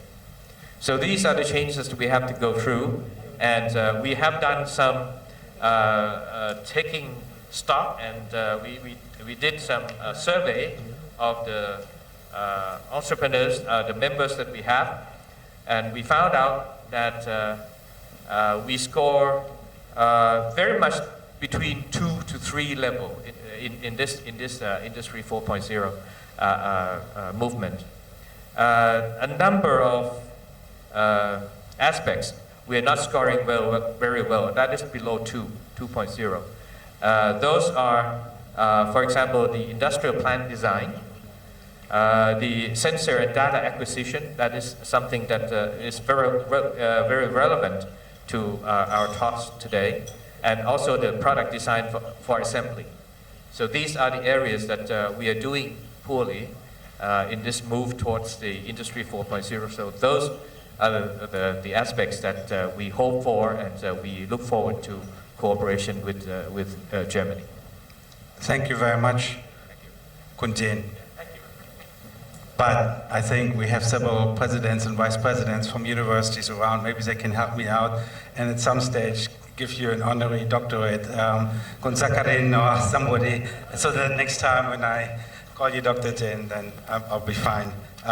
Markus, you represent Siemens, and also you're the president of the German-Thai Chamber of Commerce, so you speak for one of the very, very large German companies and also for German industry in general. What can German companies and German industry do to help Thailand, to cooperate with Thailand in some of the areas that you mentioned, or also what is already going on? Please, Markus. Yeah. Good morning, ladies and gentlemen. Great pleasure and honor to be here today and have the opportunity to speak the voice of the German-Thai Chamber of Commerce, and of course for I would say being a German company represented very well here, and also one of the key companies in Industry 4.0 in Germany. So therefore it's great to see having here also in Thailand moving towards a new economy value or model 4.0. We all can be excited, and the concrete discussion on Industry 4.0, including specific sector needs and solutions, whose identification can also be beneficial for all members of the German-Thai community. Thailand is currently moving towards its new economic model, Thailand 4.0. Thailand aims at attracting more international headquarters and trading centers. Its tax incentives should help the country to attract more FDIs. Also, Thailand has a strong manufacturing base. It can be expected that new challenges will arise, coming from other lower-cost manufacturing countries. This is why it's essential for the local manufacturers to adjust quickly by transforming digitally. Especially in the country's shortage of qualified labor, it has to be taken into consideration when it's striving for an advanced economical model that should function in a sustainable way. Companies should further embrace the advantage of technology and the collaboration with international stakeholders to create synergies whose outcomes goes beyond Thailand's current economic growth.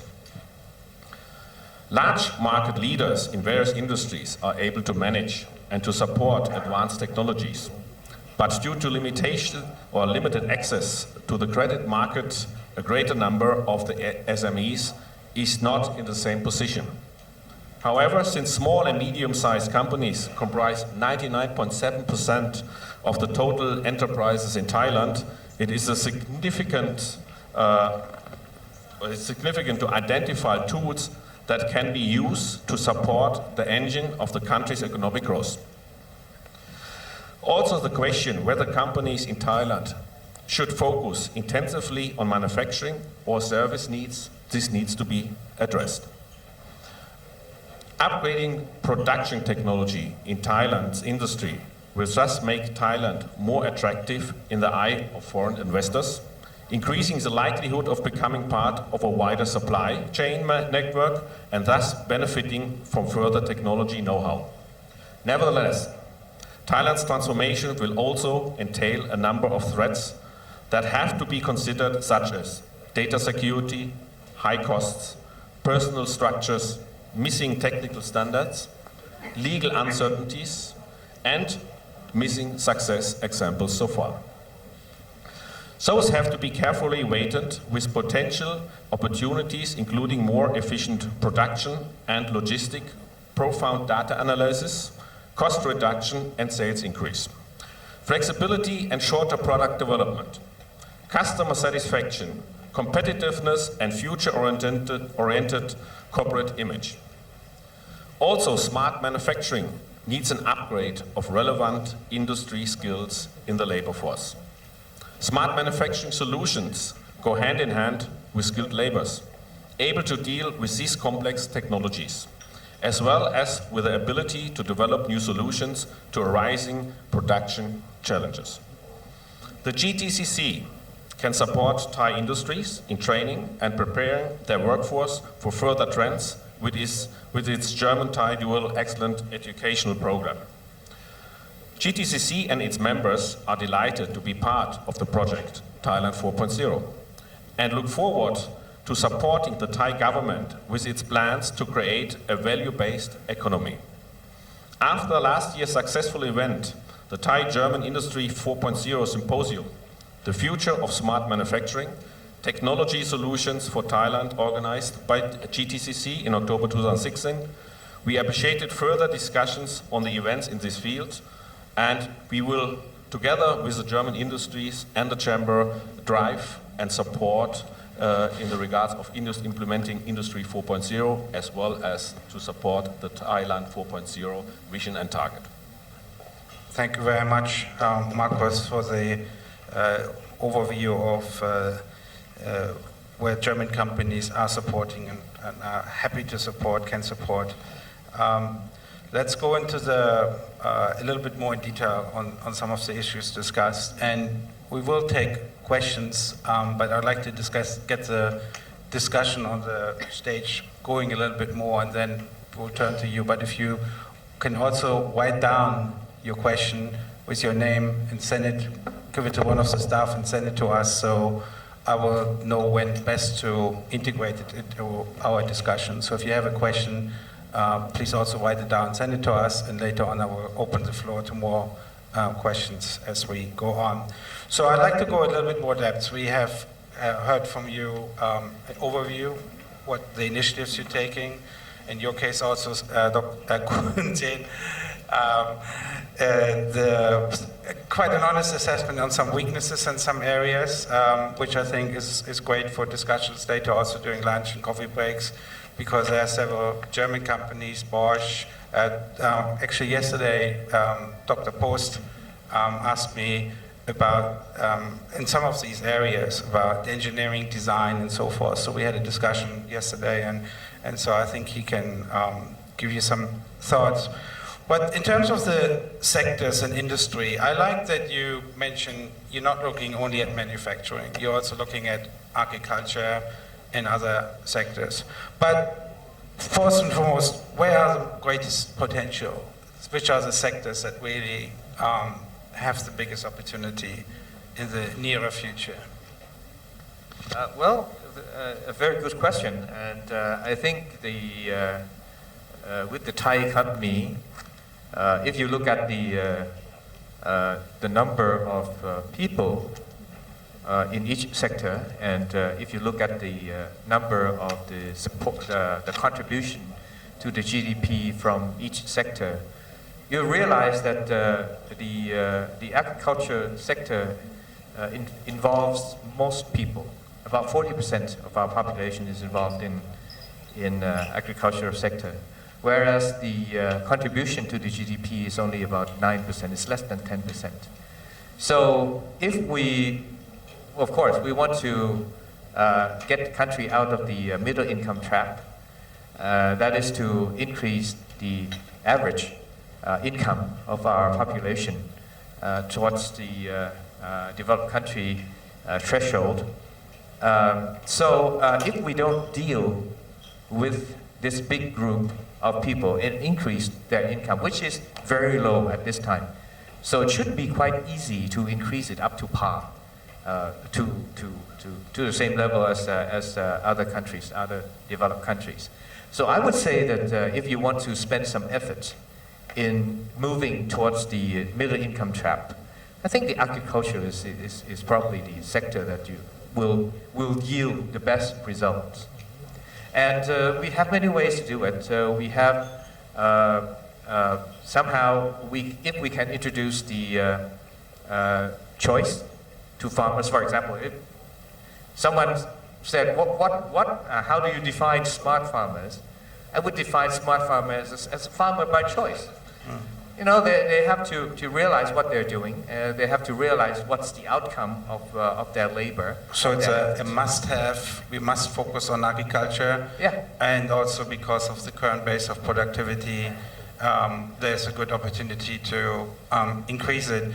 But is it the easiest sector? Because when you look at manufacturing and you also mentioned services industry, I agree with you that this is probably the sector that agriculture we can't ignore, but in terms of the other industries and sectors, where would you set the highest priorities to lead as a kind of people see, this is how it works?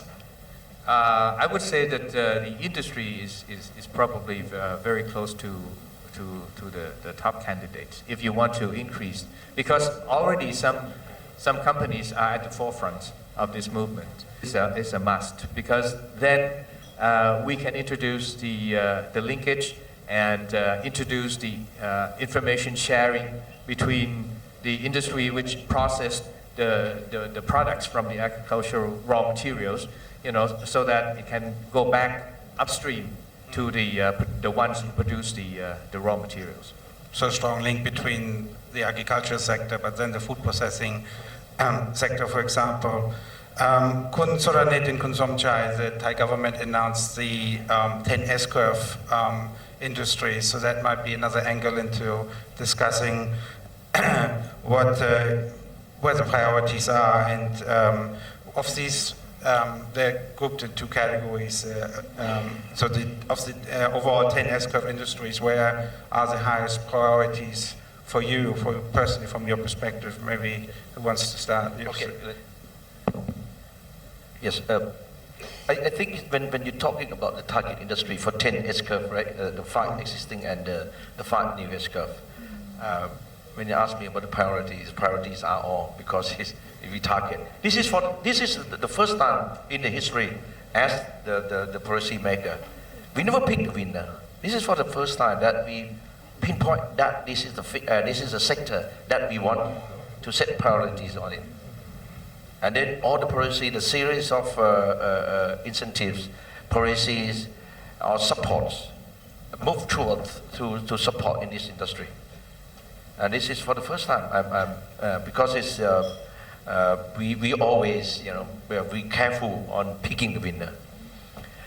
For this time, when you, if you ask me about the priority for the short term, I would say that, I think I have to say with the Kun Jane, this is the food industry, because they have a strong link with the agriculture sector, which is the home of more than 20% of the Thai people. In order to serve the objective of the Thai Industry 4.0, to tackle the three challenges. One is imbalanced growth, or sometimes we call imbalance trap, whatever, and middle income trap, and the other one is about inequality traps. So that's why we have to fall back into what is the 20 years national strategy plans mentioned and instruct us to do. So in order to solve that one, we have to look at about 20% of the people of Thailand, what they are doing. Then for the food industry, I mentioned, and that's one. Of course, they have a long linkage with the upstream, for example, like agriculture. But of course, in order to move along the path of the Industry 4.0, we have to put something in that industry. For example, about the new technologies, we move forward to not just the food, but maybe the food for the future, like medical foods or the food for some special food in order to serve very specific demand of the customer. And that one we can build on the more research technologies, maybe medicals and knowledge, whatever they put in there in order to add the values on food. Thank you. Khun Soranit, what do you think about your personal view on, we had food, and is there any other sector that you see as being priority from your perspective? Hello. Okay. In the first round, I touched about the human resource development, right, for the education and how the ministry work like the triple helix. And in the second round, I think I will show the example that Ministry of Science and Technology do for the Industry 4.0. I think Ministry of Science and Technology did many things that we want to work with the agriculture because I agree with Mr. Jain and the Permanent Secretary of Industry that is the most of the population of Thailand, and we bring the technology to help the farmer or agriculture to develop the higher technology. And in the Ministry of Science and Technology, we have a food innopolist to have a research on food, because I know that humans need food, and the food is not for only the mass production, but customization and individualization for the people. The third thing I want to show the example that in my opinion, I will show the medical and healthcare services. This is, I think, is the priority of Thailand too. Many things to do with the medical and healthcare, like the equipment, medical equipment, and to develop the medical equipment suitable for the aging people, and to develop for the hospital in Thailand too. And many things the ministry do it. We have a tax incentive to 300% tax deduction for the industry. And we have a financial support that we have a technology and innovation and supply development fund. We have fund to promote startup, to promote maybe the tech startup, digital startup in the work in the university too. And we have talent mobility to work with the university and the industry to allow the instructor or the professor from university to do the research in the industry. I think this is promote the Industry 4.0. And we have standard, because the standard certification is very important. We have a testing facility and services in the ministry to make the production is a high standard. Okay. Thank you. It's very interesting, the sector side.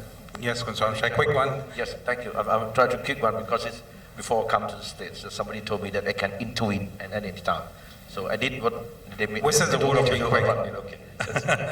So for the list of, when you mentioned about the priorities of the sector, yes. I think it's that what I mentioned before is about the macroeconomic point of view.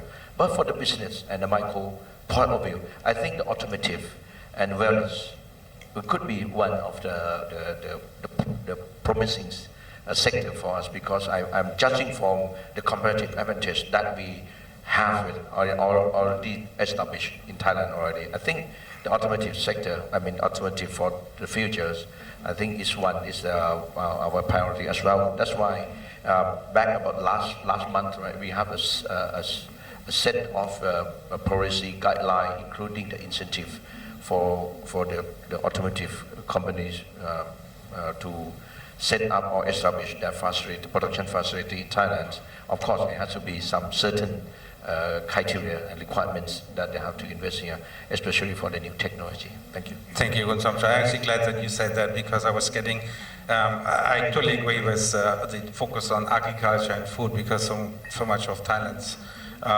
inequality needs to be addressed in that area, and then also the medical side. But we cannot forget about automotive and the high-tech electronic sector that Thailand has. And that's also how we structured the afternoon sessions we have horizontal kind of workforce and policy issues, but then we have these three sectors. So Dr. Shermet, from Germany's perspective, where do you think are sort of areas in these priority sectors that have been indicated, high-tech, automotive, medical, and agriculture, food? What do you think are the collaboration opportunities between Thailand and Germany, particularly at the business side? How can we foster those? Well, Germany is quite strong in machinery construction and automotive, and we are one of the most important deliverer of the world of cars, automobiles, of machinery, of production solutions. Not only of machines, but of production solutions. And therefore, I think the German industry needs partners here in Asia to change production from the analog world to the digital world. So what we need is, especially with respect to automotive. So I know Thailand is one of the most important automotive production sites in Asia, also for German car manufacturers. And automotive contains a lot of products, a lot of important products.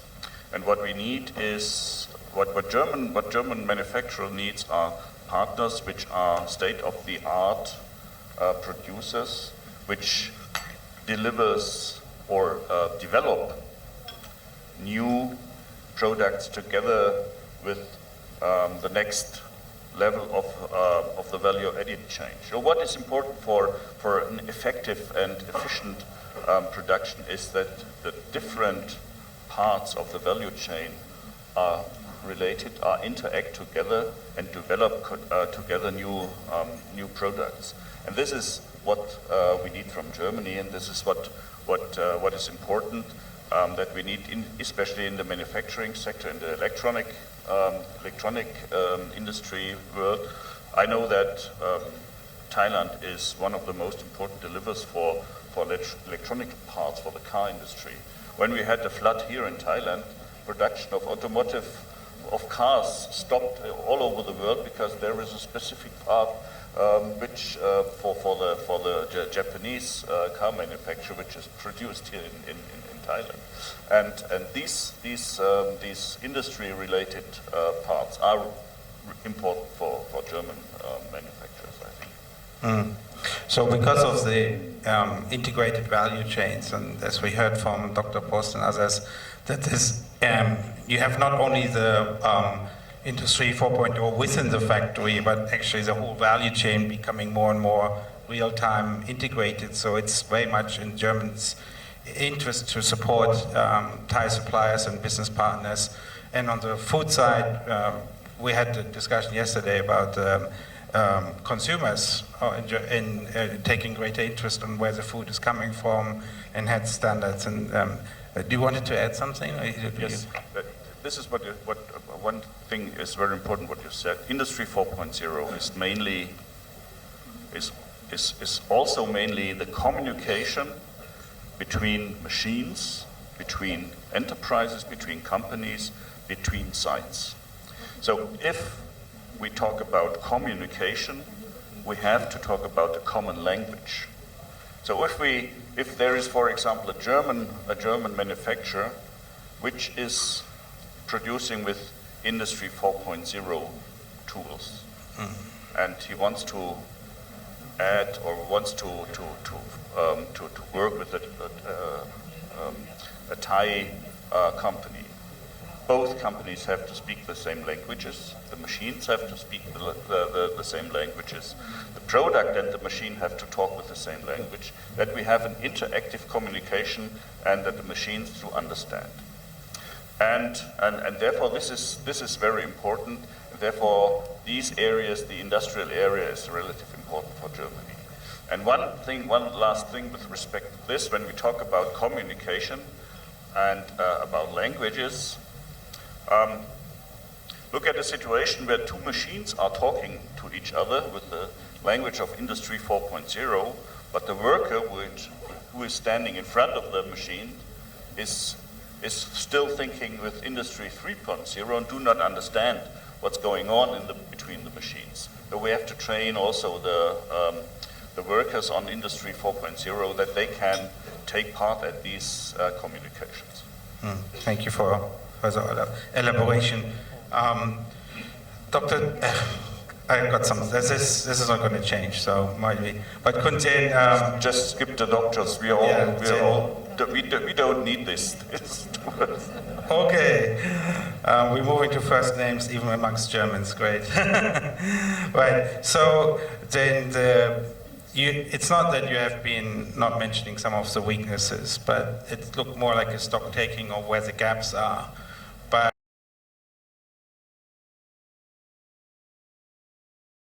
I understand you're rallying the troops.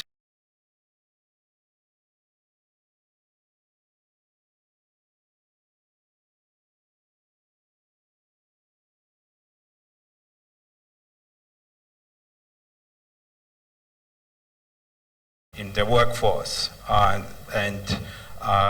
so what's your perspective on this? How can we change this? Is this true, or can you?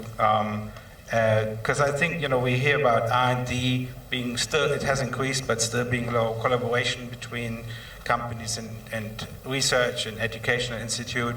It's not just them; it's also industry that needs to perhaps change. So perhaps we can talk a little bit more about the challenges and the real attitudes of business to this problem of needing to move into Industry 4.0 as a new economy. Well, the areas that we have identified as the priority areas that we need to improve or we need to change in order to transform ourselves to the Industry 4.0, of course, is human resource. Of course, as I mentioned before, the change will have to come from the top level of decision making, because he or she is the one who will make a decision to make that change and to invest in a number of things in order to bring about that change. So we have the strategies to induce these way of thinking or mindset, or so to say. First is to encourage the entrepreneurs to access and use the automation and information system. They need to get the information and also how other companies in their field, in their area, have moved or have changed. Secondly, you have to promote, once they're sold on the idea that they need to change, they need to get the right people to implement the change or the change agent for them. And that is to promote the development of the industrial service provider. And the group of people that we identify as the most crucial is probably the system integrator. Because he or she does not only have to understand the technology side, the electronics and equipment side, but they need to understand the production process as well. And they have to understand and know the machineries that is involved in that production process. So this is the group of people that is probably the most difficult to develop and takes the longest period of time. And the third will probably involve the government, especially because of we have to establish the mechanism to meet the technology needs of the manufacturers. They need perhaps soft loans or something, and the way that they can get incentives from this decision to upgrade their production system. So this will, of course, involve the help from the government, especially the ministries, to help implement this change or make it happen sooner rather than later. And the fourth one is to promote the development of industrial infrastructure to enter the Industry 4.0. Of course, the digital infrastructure is very important. I've talked to a number of people from the EU the other day, and one of the question was regarding the level of readiness of the broadband that Thailand is currently having or is planning to have. And of course, the Ministry of Digital Economy is planning for an upgrade to be implemented, especially for the grassroots, the village level of people to have access to the internet. And also, I would say that from the experience that I have between the level of service in Thailand and I just traveled to Iran. The level of service in Iran is nothing compared to Thailand. Even though we got complained that the level of service in Thailand is slow, but it's much better than some other countries. So I would imagine that there would be some increase in the level of service, but I think with the current level, we can start to work now. So that is something that those are the strategies that we have to induce the entrepreneurs to get on to this Industry 4.0 movement. Thank you. Thank you very much. You mentioned some things that the industry needs to take a lead on, but you also highlighted some areas like infrastructure, maybe more new policy tools, incentives to support investment in new areas, in workforce development. Markus, how's that in Germany? What is the German interaction for German industry with the government? Before we asked the government side again, can you share a little bit about how industry needs are taken into account in Germany and needs you think are important to be filled? What it needs to be in Germany for Germany, I can't. Well, I'm not the right one to answer that right now. But what I can talk about is how the German industries are collaborating with the Thai industries and what they are recommending to do.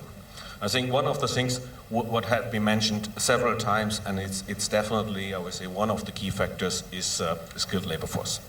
That is essential to attract people or foreign companies and has an, I would say, immense impact on the FDI. So far, Thailand has, in this regard, a certain shortage. It's well known. It's written by the World Economic Forum, the World Bank, that there is definitely a lot of room to improve. And this can be done together. Of course, I would say the basic skills the industry cannot introduce and cannot enhance. So that means the school, the curriculum needs to be adjusted. One of the things is the language proficiency, where definitely you have to start from early age. Also the way to the digitalization should be part of the curriculum, I would say, in all ages and all stages. After that, I think the industries and the foreign companies can have a big contribution to that. There are dual educational trainings. The German-Thai Chamber has successfully started it, introduced it, and will continue on that, where a lot of companies have participated, Thai companies as well as international companies who are based here. Beside that, from the Siemens perspective, we have also since long time introduced it, have a dual vocational training together with OVEC, especially on the railway technicians, where we had our own need after having the operation of two of the private metro lines here. So we had to help ourselves to develop and to train, and we are continuing doing that. This is something where the industries can definitely support, where the industry can help from a base, certain, I would say, basic development, yeah? And that is also much easier for us to pick it up and to easier and faster drive it forward, the new industry, the new development of Thailand 4.0, of Industry 4.0 is needed, because it's a totally new mindset and totally new skills. It's not a topic for Thailand only, it's also a topic on a global basis. Beside that, definitely also social acceptance needs to be established. A social acceptance with regard to that the new technologies is actually an opportunity rather than a threat. That people needs to be transferred to the new skills, and therefore there will be a much bigger benefit to the whole country and the people, rather than say we want to stay where we are. It's actually an adopting of a best practice. Furthermore on that, what is also needed and what we can advise on is the infrastructure needs also to be definitely enhanced. It's not only to have a factory, a smart factory, there is much more to deliver and to provide as a precondition to have it. It's like having a Formula One racing car. You also can only use it on a race course, otherwise you cannot make a benefit out of the special features. And it's the same there. If you go to Industry 4.0, I would say all preconditions have to be provided as well. Then, of course, innovation. An innovation focus, I think here Thailand also is not at the state of the art right now. Is one of the most problematic factor for doing business in Thailand, according to the World Economic Forum. So here, I think new ways needs to be to develop. On one hand is of course more collaboration with universities, giving grants from the government, for example, towards industries and towards universities, where definitely the university can drive new innovations and have then transfer back the knowledge of what has been invented.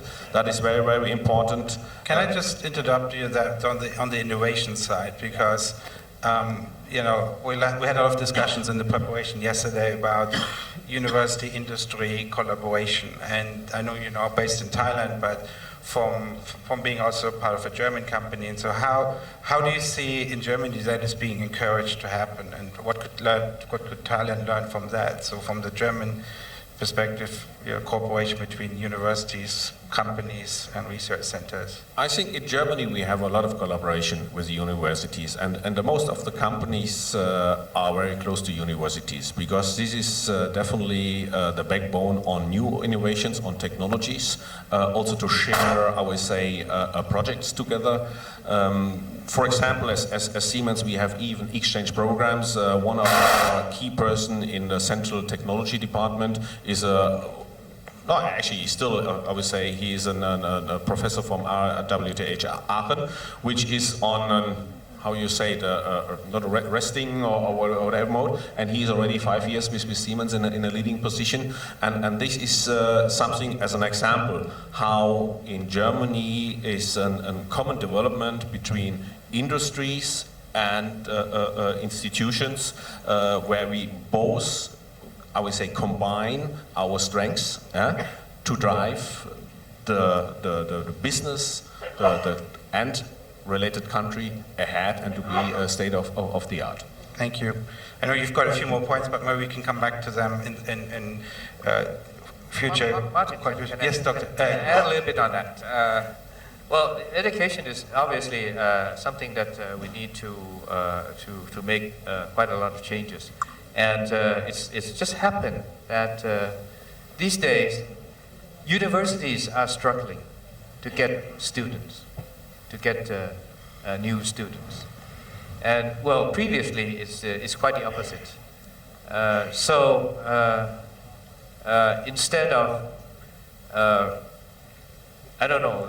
Previously they were talking about universities selecting students. So with this falling amount of students to come in each year, I think it's about time that these students will be choosing universities. And if we're talking about cooperation between universities and the private sector, in other countries, I'm quite sure that the cooperation between university and private sector is one of the features that draws the students to the university. Yeah. So this might happen in the soon, in a few days, in a few years to come. So I think you're talking kind of about a change of the mindset and the business model of universities, from trying to be big in student numbers to maybe move more into quality and attracting by connecting research, teaching, and industry university collaboration. Is that right? Maybe just, okay, you would like to, yes, this is your area. Just, Two things that I want to make my opinion that I think the government want to change the mindset of the student, not to go to the university, but maybe go to vocational education, right? Because we need the skill people that finish in about 3 years or 5 years and going to work. That is the policy of the government change that. Another thing that I want to show that in the future, Ministry of Science and Technology have a big project about the EECI, Eastern Economic Corridor of Innovation, that German helped us to build in the Rayong and in Chonburi. It's the focus on the technology application, work like the triple helix that I mentioned. Industry leading, government ministry is the support, and the university or the research institute do the research for the academic. We focus on the 3 parts. One part is Alipolis, about the auto, robotic, and intelligent. The second is the Biopolis, about the biotechnology. And the third is the space side, something like that. I want to show that. Thank you very much. Yes, Mr. Thank you, Mas. I think you have been in Thailand for quite long, so you understand about the education system. My friends from Ministry of Education always said, whatever topic that you discuss, you will end up with the poorest education system in Thailand. So I don't want to execute on that one, but actually it's in the case that Marcus just mentioned about the shortage of skilled labor, especially for the vocational education graduate. This is not the poor education system. This is a social perception. Even if we try to change the mind of the student, you not go to school and whatever, go to the vocational system, vocational college right away because you will get the job, whatever. But I can guarantee that no parents won't support that. They want to send the kids to go to university, especially the elite university, in order to get a job. Because not just for the parents, but as well as for the company as well in Thailand, the industry as well. They will select the people from application from which university that you graduated. And this is what well, maybe I think we have to change on that one with the kind cooperation of the private sector as well as with the big company. Once, for example, some big companies, they set up their own vocational college, or they can join with some. I saw many German companies has set up the curriculum with some vocational college in New York and Chonburi as well. I think that would be the first step that we can start off, and then everyone, once they graduated, and then they can work with the German companies. That is what a big step for them. But of course, in the private sector, they might be afraid that because you support them and you train them very well, and then they will get a job somewhere else, which is pay with a higher, or went to the university after that in order to get a degree. That I don't want to say that we have a very good educational system, but the social perception is still the big thing that we have to tackle. Thank you. Thank you very much. The Roundtable 5 this afternoon will very much focus on this issue, and we had a discussion. I was involved in another education workshop and one of the participants said, could we ever get to the stage where we say, I'm studying at a technical college or vocational college, and that's really cool and sexy. So, instead of say, right now you wouldn't hear that in Thailand, that it is a good thing to study at a technical college. Dr. Sharmit, you heard aspirations, you heard challenges, you heard some concrete actions. You also highlighted about some of the high-level sort of policies that exist in Germany. Can we go one level lower into detailed instruments or incentives or tools, just a sort of a teaser of the roundtable of the afternoon about policy tools. So just what has German government used to address the needs of industry, and also maybe encourage industry, because this is risky, this is new stuff.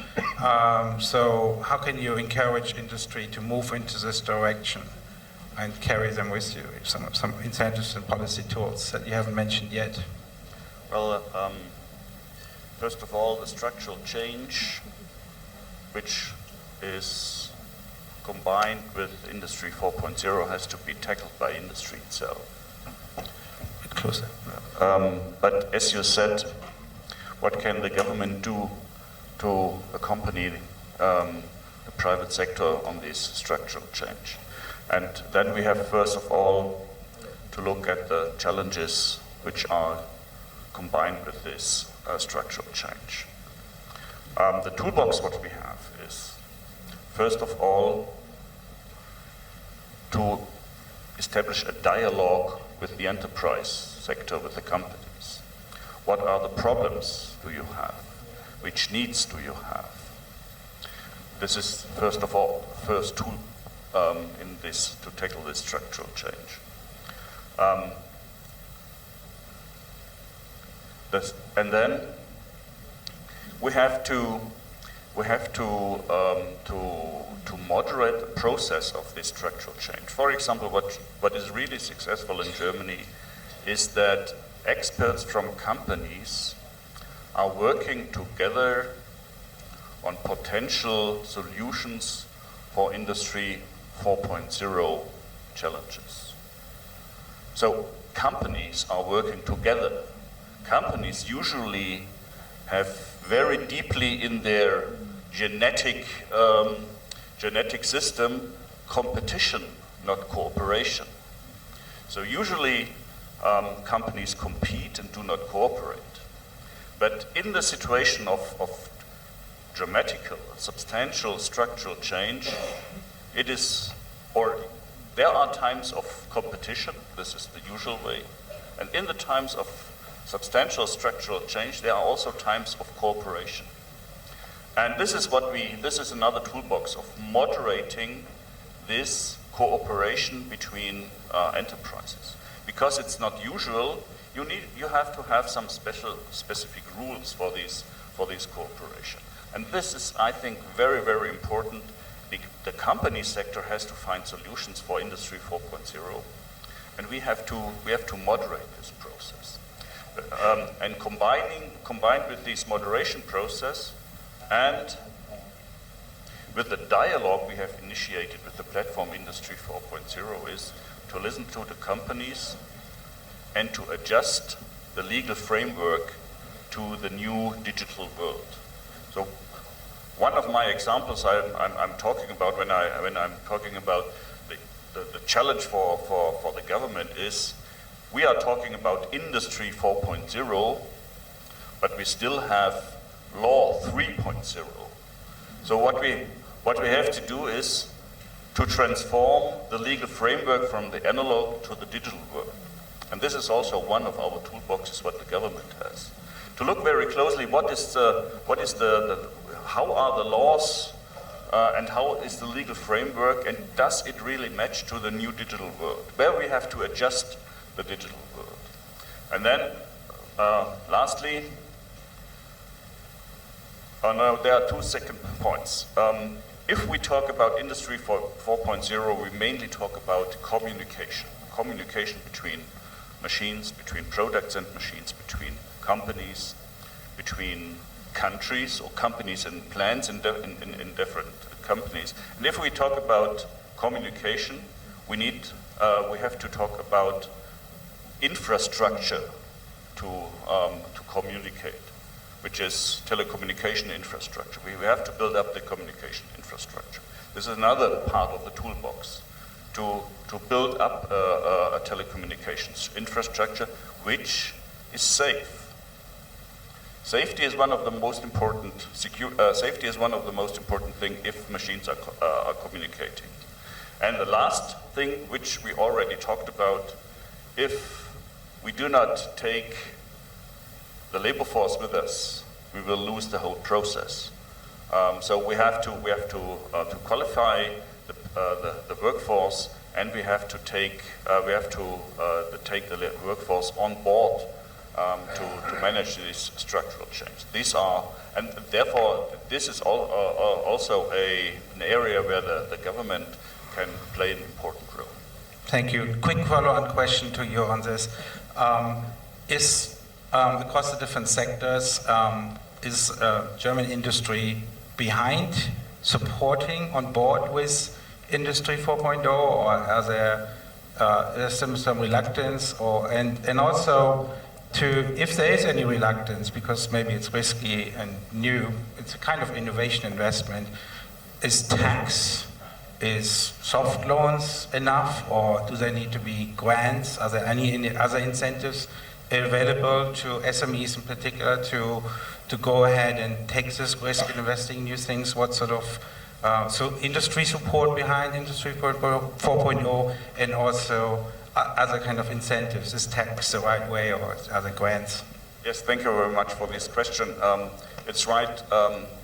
We have maybe two different levels of tackling this structural change. This is big industry, the high industry, which is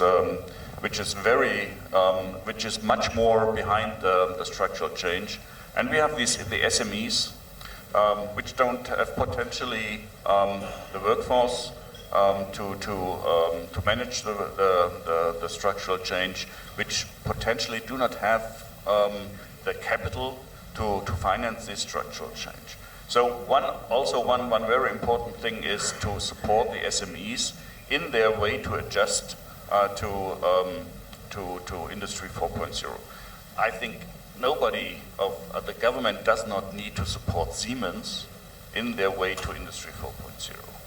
And even Festo, which is one German Mittelstand, but which is in terms of international standards a large firm, does not need public support for that change. But we have a couple of enterprise firms which do not know which really do not know what's going on, and where we can support. And what we have done in Germany, and I will go a little bit more deeply, more inside in the afternoon. We have built up so-called competence centers, which serves as a one-stop shop for SMEs. So if an SME has an idea for a new business model, they can go to this competence center and ask, do I have the chance to test my new idea without investing in a heavily new infrastructure? So we have also built up a network of test centers, of test beds where we can test new solutions. And these competence centers also give advice to the SMEs in their way to Industry 4.0 with respect to laws, with respect to supporting schemes. There are a couple of public supporting schemes. We take a lot of money to support SMEs with respect to technology, with respect to innovation. And these competence centers have the information what can be used for the structural change. So information of SMEs is one of the toolbox. Supporting scheme for technology and innovation is a second. Third is to give information not only in Berlin or in Bangkok, but to go in the regions, to work not only on the highest level, but to go in the regions and talk to SMEs, give example what's going on. And one is this map, that Industry 4.0 is nothing hypothetical, something theoretical, but there are real examples of Industry 4.0, and that you can have a look how they tackled the challenge of Industry 4.0. Thank you very much. Just a big preview on the rest of the session. I am asking permission from the organizers and from you to perhaps continue until 12:15 maybe. We started about 20-25 minutes late, so maybe we continue until 12:15. And I also wanted to see what we're discussing next is, I saw you taking notes, so I'll give you an opportunity to respond to each other. But I wanted to go a little bit more into the specific challenges. We began to touch on that for SMEs, because I think there's quite a big difference between SMEs and large companies in Thailand, and how to involve them. And we want to go a little bit more detail on the issue of workforce development. This has been coming up quite a bit, but I think not exhausted yet. So those are two or three of the things that, in terms of the guidelines that I have and the questions that we prepared, we want to go through. But are there any questions to what we've been discussing? We have quite a few other gentlemen. We have Kun Pansak, and we have got other speakers from Germany that will be contributing in the afternoon. So, but you're also welcome to ask questions to the panelists now. So maybe this is a good time now to start about thinking about a question. There's one there. You want to pass a paper, or you would like to get?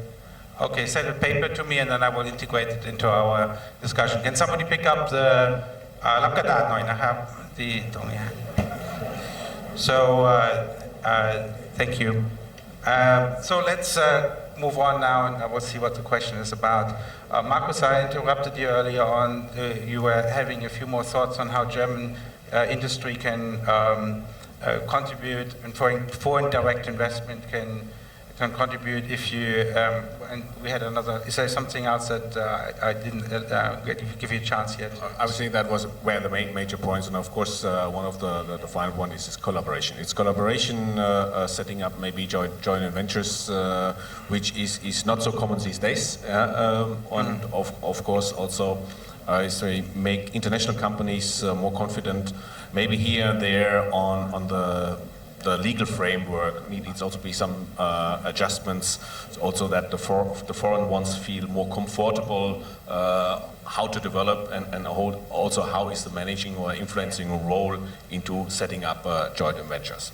This is something to add, which would also maybe encourage more international companies, not just only take place on their own here, but maybe also to enter into partnerships and develop, I would say, towards the new targets of the country. Thank you. Kun Soranit and Kun Somchai, you heard a lot of ideas, needs from Kun Jain from the industry side, and you heard more examples from Germany on how this transformation is. I'm not sure if we call it revolution or evolution. We had those words. I think it might be better to call it evolution to make it less daunting, but I understand Kun Jain's reason for creating a sense of urgency, perhaps amongst companies that you need to move on. But from the government side, from Ministry of Science and Technology, from Ministry of Industry, you heard what sort of other tools are possible.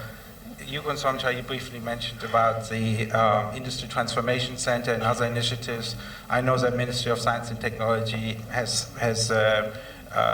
new funds and other tools. Could you respond a little bit on how we could integrate some of the examples that Dr. Cheramet and shared? I think it's what we have on this one about the Industrial Transformation Center, which is exactly the same with Dr. Cheramet just mentioned about one-stop shop for SME, right?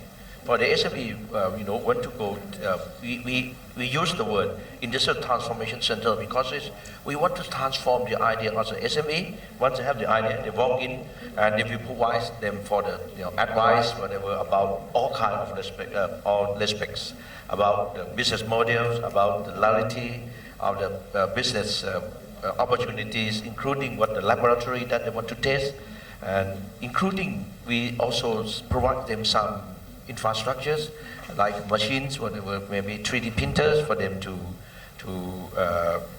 test whatever about that one. This is what we call transformation center. We also now we work with some company already, and that one they provide us some new machines. That one, and as well as some institute which is under the supervision of the Ministry of Industry also invest some money to build co-working space and that one, and we also have some consultants working in there as well, some experts, and we also have a pools of experts from a big company to join us, and I think this is exactly what Germany has. It's about one-stop shop for SME, right, in that one.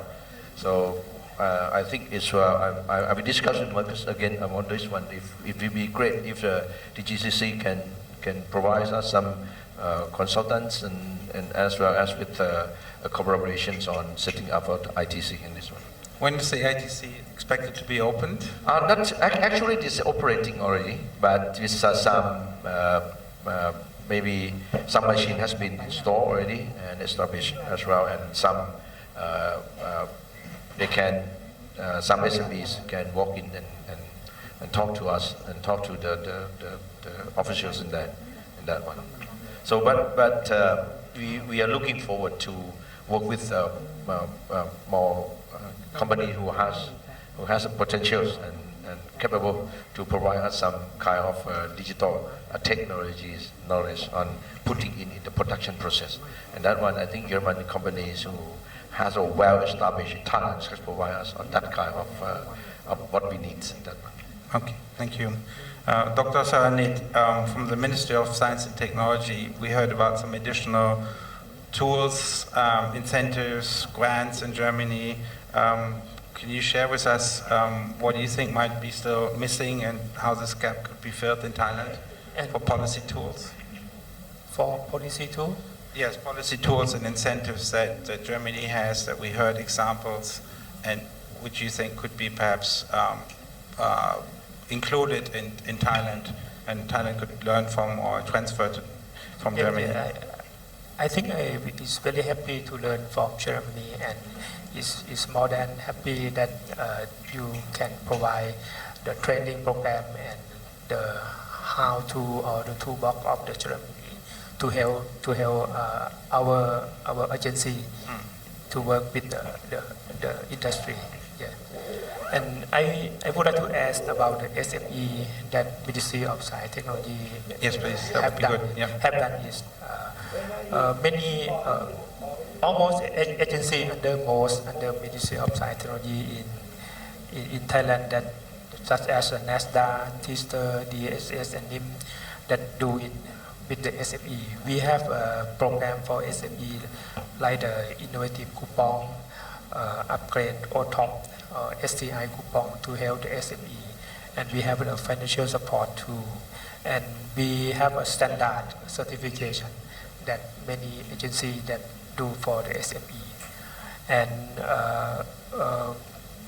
for the university we have something like the Ministry of Industry did it, like work with the student, work with the instructor in the university. There's also the talent mobility program. Yeah. And have a startup program to have a co-working space and a curriculum for entrepreneurship too. Yeah. Yes, I think Dr. Sherman had his. Oh yes, okay, thank you. I'm just add on what I just left on that about the ITC.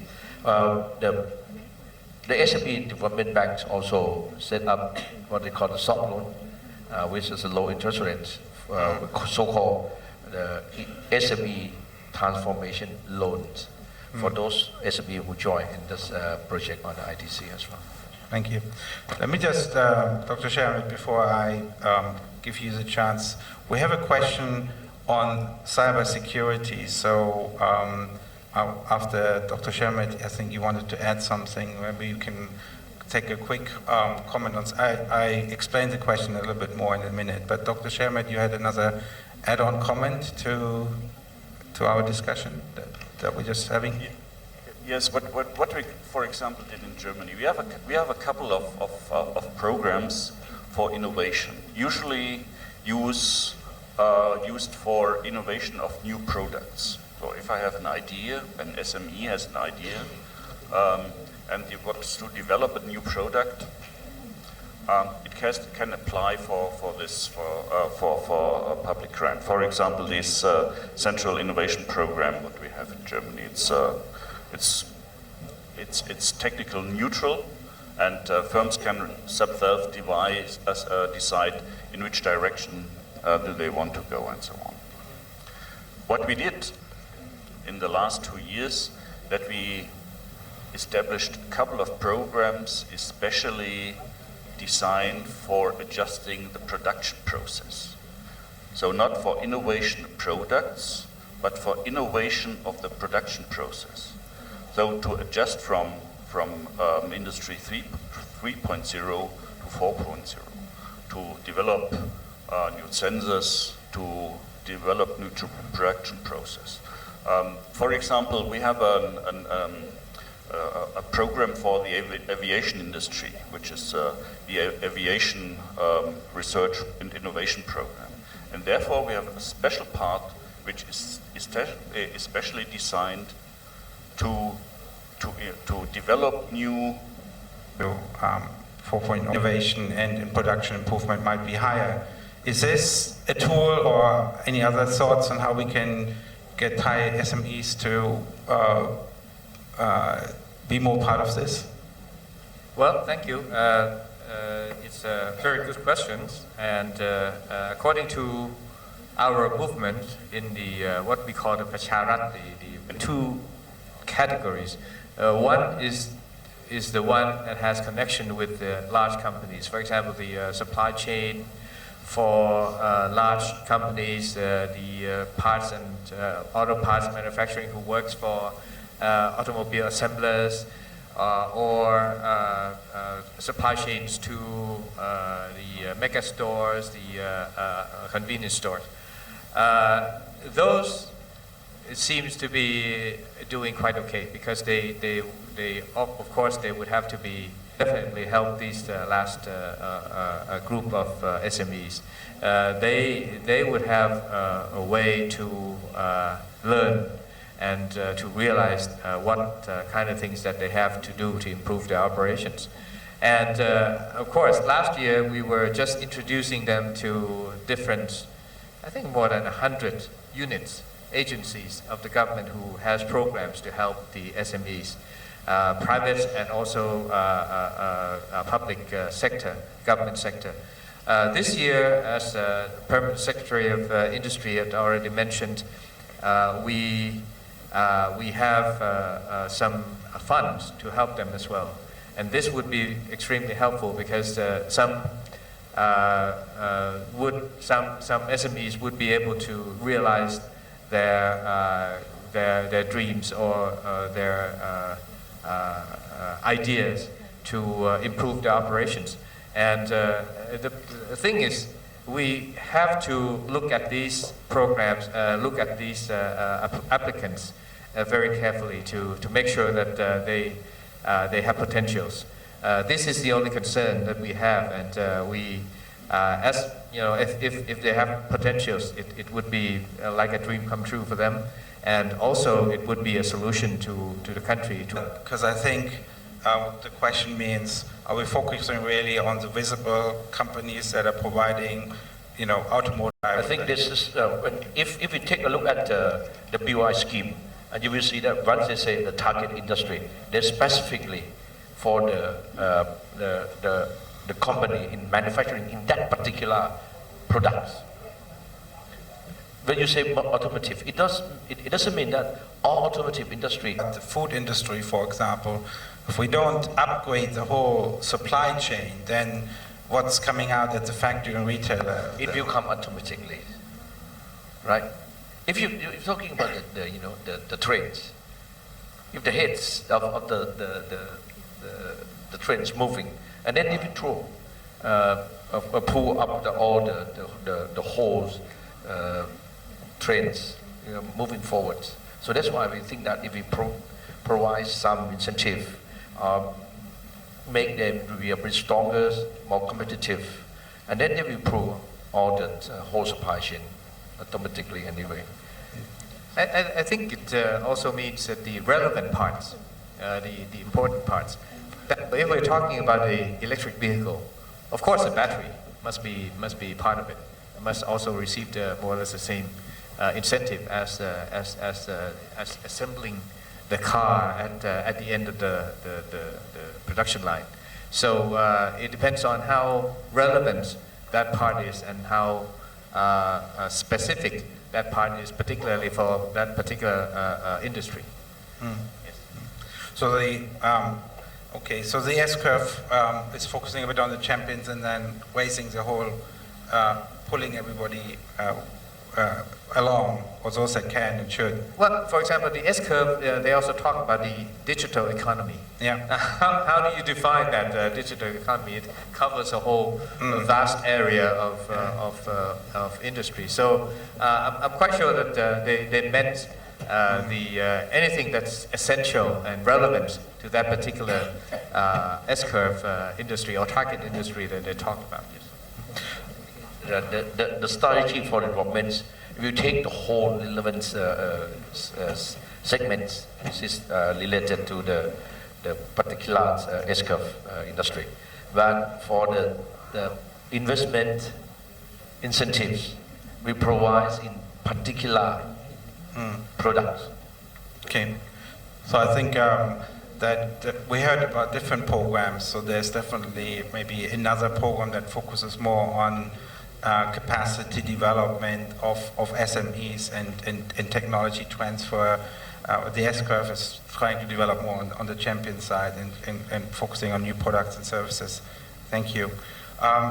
Let's move on into something which everybody has already kind of touched on, but it's such a big topic and I think deserves a bit more elaboration, is the readiness of Thailand's workforce. And I would like to hear a bit from maybe first from the Thai participants on how do you see this challenge and what's being done to overcome it, and then hear some perspectives from Germany on some ideas, and then we can conclude maybe with that. And the shortages in the workforce area seem to be at all levels. They seem to be at the general factory worker being still quite low skilled, to the matching of university graduates to what is really needed, to new data scientists. And the question that I received here is Thailand, we're moving into the cyber systems, everything being connected, data being shot between machines. How about cybersecurity? Do we have enough people to deal with all these privacy and data security issues? That's quite a specific question it's a big one, but from a workforce perspective, I think it gives an indication of also of new types of skills that we may not have many of cybersecurity. But that might just be one example of a new type of skill or expertise that we need to develop. So let's, can we get your perspective on workforce development? What are the challenges and what's being done to overcome them? Who would like to, maybe we hear from you first, Kunjain? Yeah, we have discussed this with, within our organization, also with relevant ministries. For example, we have talked about this with the Ministry of Labor because they have this skill development department. And of course, it takes quite some time to reskill workers, but still we do have a number of programs, and also we have a number of tools that we plan to use. For example, the Ministry of Labor was talking about what is pronounced as MOOC, or multiple open online courses. This is something that quite available at this time, and in order to speed up the number of workers that can be reskilled in a limited time, I think they plan to evolve this tool, and we quite agree with them. And I think we can, from the private sector, we can also narrow down the type of skills that would probably be needed in the first place. So that is some cooperation that we have. And that's, of course, for retraining the workers, so that we can have, as someone mentioned already, someone who stand in front of the line that is the quite modified line.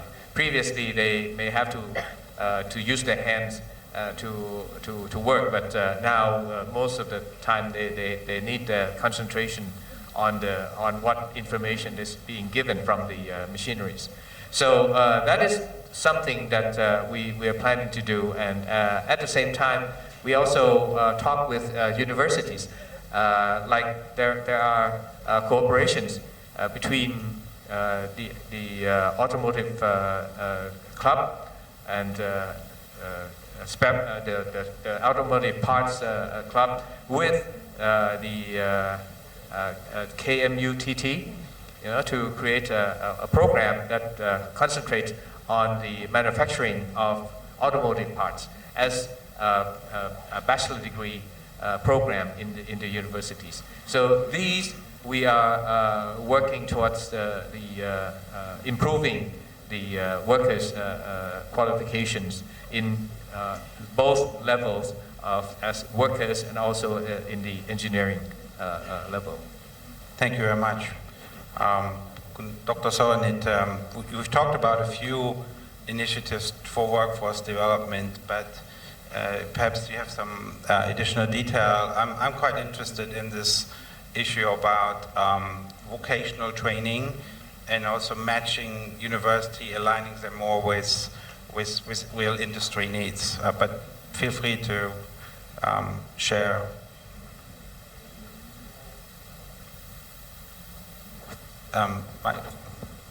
Thank you. Continue. I think the most important to help the workforce in the Industry 4.0 is the change the mindset. Change the mindset of every people in Thailand. The university have to change that, not teach the student for only the diploma. But university have to transform the student to be entrepreneur, to get a job. Maybe in the future, the indicator of the university have to change, not the excellent university, but indicator have to change to the which university get the job for the student, percentage of the student to get the job. And the people in Thailand have to change to bring the student not to go to the university for diploma and to go to the vocational to get the job. Thank you. That is the most important is a change of mindset. Dr. Soranit mentioned mindset. Dr. Somchai, the mindset of students in Thailand. Are we encouraging that enough to shift the mindset? When you look at the World Economic Forum's skill needs, problem solving, creativity are kind of the highest at a more generic level. Are we encouraging students to be enough problem solving, critical and creative? I think, you know, when everyone's, not just for the student, I think everyone's, you know, they ask, if you ask them to change, first thing come up into their minds, what in it for me? What do we gain from that one? And that is the most important thing is, you know, if the private sector or the firms doesn't change to the ways that they, you know, share the benefit, I mean, like the wage or the salaries for the workers, up to not just depends on the degree that they have, but on the competency that they have, that we might change their mindsets to study in the vocational college, for example. Like, you know, for example, I said that if you don't graduate from the vocational college, you won't be able to be the manager of the factories, for example. And then you come up, if nowadays, you know, if the system is like this, both in private sector and even the students, if you graduate from the vocational college, then you will end up with the maximum or the highest level that you can be is maybe the foreman and so on. So that's why I think the points that I want to mention in here. The other thing is about when Kun Chen mentions about the reskills and change the new skills for the workers. I think the short term we can do that. We work together with the Ministry of Labor and the FTI to classify and to spell out what kind of the specific requirements of the skill of the worker that each sector wants. And then we also quantify the number of the worker, for the demand for the worker of industry for each sectors. And then we set the plan to train them or to set the cost, whatever, and set the budget according to the urgencies of the issue. But for the long term, what the Ministry of Industry are doing now is, I think is the most important thing is we want the people or the worker who understand or to be able to what they call understand the IT. They call the IT literacies. At least they have to know that's why, and then they can grab the new ideas on the new technology, which is moving towards on the digital fields already. So I think that's what we are doing now at the moment. Thank you. I think you have in part addressed the question that I just received. Education. Thai universities are ranking at the end of ASEAN universities, low rankings. What is the government doing to educate and educate and move education to be more aligned with 4.0 topics? So I think the Ministry of Industry and the Ministry of Science are having a lot more discussions with I'm afraid I have to, we have to, I'll give you one more chance at the end, but and in line with Ministry of Education and the universities. Some other, so this can be maybe discussed in a little bit more detail because we're almost at 12:15 at the end of our session, so I might negotiate a few more minutes, but I wanted to give Marcus and Dr. Sheramet a quick chance. We also haven't discussed that much the legal frameworks in Thailand already in place for Industry 4.0, so perhaps in the roundtable one, Christine, we can talk a bit more, you as a moderator, about legal frameworks. And this might also fit in their standards, because standards need to be agreed by industries, but standards also can be facilitated by government creating a dialogue between the different players, particularly at the international level. So the issue of standards was a question, and cybersecurity again was another question. We had a question about cybersecurity in terms of skill sets that might be able to be picked up in the Roundtable 5 in the afternoon about workforce and specific new skills. But also at a policy level, how is cybersecurity being ensured in Thailand? But I wanted to give, just to get quick input from Marcus back to this question about workforce and education, and then maybe Dr. Shermit as a concluding remark. But if any of you have a quick one, then raise your hand, and maybe we get a few more minutes. So Germany is very strong on vocational education, and the German Chamber of Commerce in Thailand has been doing quite a bit. And quick comment on, examples, what's happening in Thailand that you want to share with the audience that you haven't discussed yet, or what you think could be the next step. You mentioned there needs to be more cooperation. FTI and German Thai Chamber of Commerce are not working together yet. Maybe I misunderstood that. But so what could be happen next is the question, Marcus. Maybe there was a misunderstanding on this relationship, what you just spelled out. I don't remember that I similar said something like that. But what I said is, most probably, is I said that definitely the skilled labor, having skilled labor available has a positive impact on FDI, or the other way around, not having enough skilled labor there will we say, somehow not attract so many foreign companies to do foreign direct investment. That is what I at least recall what I said. So coming to the labor force and to the training. On one hand, with our German Thai Chamber of Commerce, we are very strong, and we have successfully implemented with German companies who are here, as well as with Thai companies, the first step of doing vocational training. And definitely we will continue that. I think that is a great success.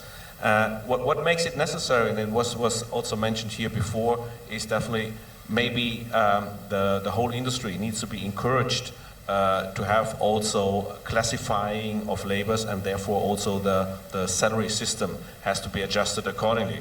Though as you in principle have for certain groups you have a minimum wage, maybe they should be also implemented on certain educational level. There is an additional minimum wage to be there to make it more attractive to do this extra time, to do this extra burden from the industry itself, as well as from the people or the labor who are doing it. That could be one of the encouragement. On the other hand, just as a final note, is the combination, the question came in on the universities. And as it was said before, everybody wants to go to universities. On one thing is, of course, to make it more attractive to have this dual vocational training. On the other hand, also maybe to lift up the university curriculum and standards, so to make the entry barrier or the barrier much higher, that more people think about maybe go for a dual vocational training. And when it comes to that point, I think German industries definitely can advise on that, how we are doing it, best practice in Germany, how to separate, also practice what we are doing or how we are doing it with the industry in Germany, with the universities, also with the kind of internship requirements in the curriculum to have these, also beside this, the university itself have this experience in the industry to then go to the final diploma. These kind of things maybe should be rethinked and adjusted, and then you have also a more diversification, most probably over the whole range of possibility on skilled labors, from unskilled, from dual vocational one, over we were talking in between with our chamber for the German Meister, which is then the next step after you have your dual vocational training, to introduce it here. And then, of course, the right university absolvents who have already, I would say, experience with the industries as well as they are also adjusted for the new kind of knowledge, what is needed for Industry 4.0 and digitalization. And even there, I would say, even in Germany, we are not there yet. A lot of things need to be adjusted, to be changed, to be with a global trend on new ways. Thank you. So a very open door for more collaboration, not just with German companies, but also with Thai companies from the German vocational program, and also some suggestions or perhaps even slight expectations or hopes on how universities become more reliable and high sources of high quality educated graduates. I think I have a quick short comment on that, and we have been discussing this in Bacharat for vocational studies. And one of the solutions, one of the things that they have come up with was to rebrand the vocational college, vocational schools. And for rebranding, I think this Industry 4.0 and also the German aspects of technical school can help by a long way to rebrand these schools. Thank you. I don't know, Dr. Soanin, if you still had a comment, otherwise I would, is it okay, or you still like to make it?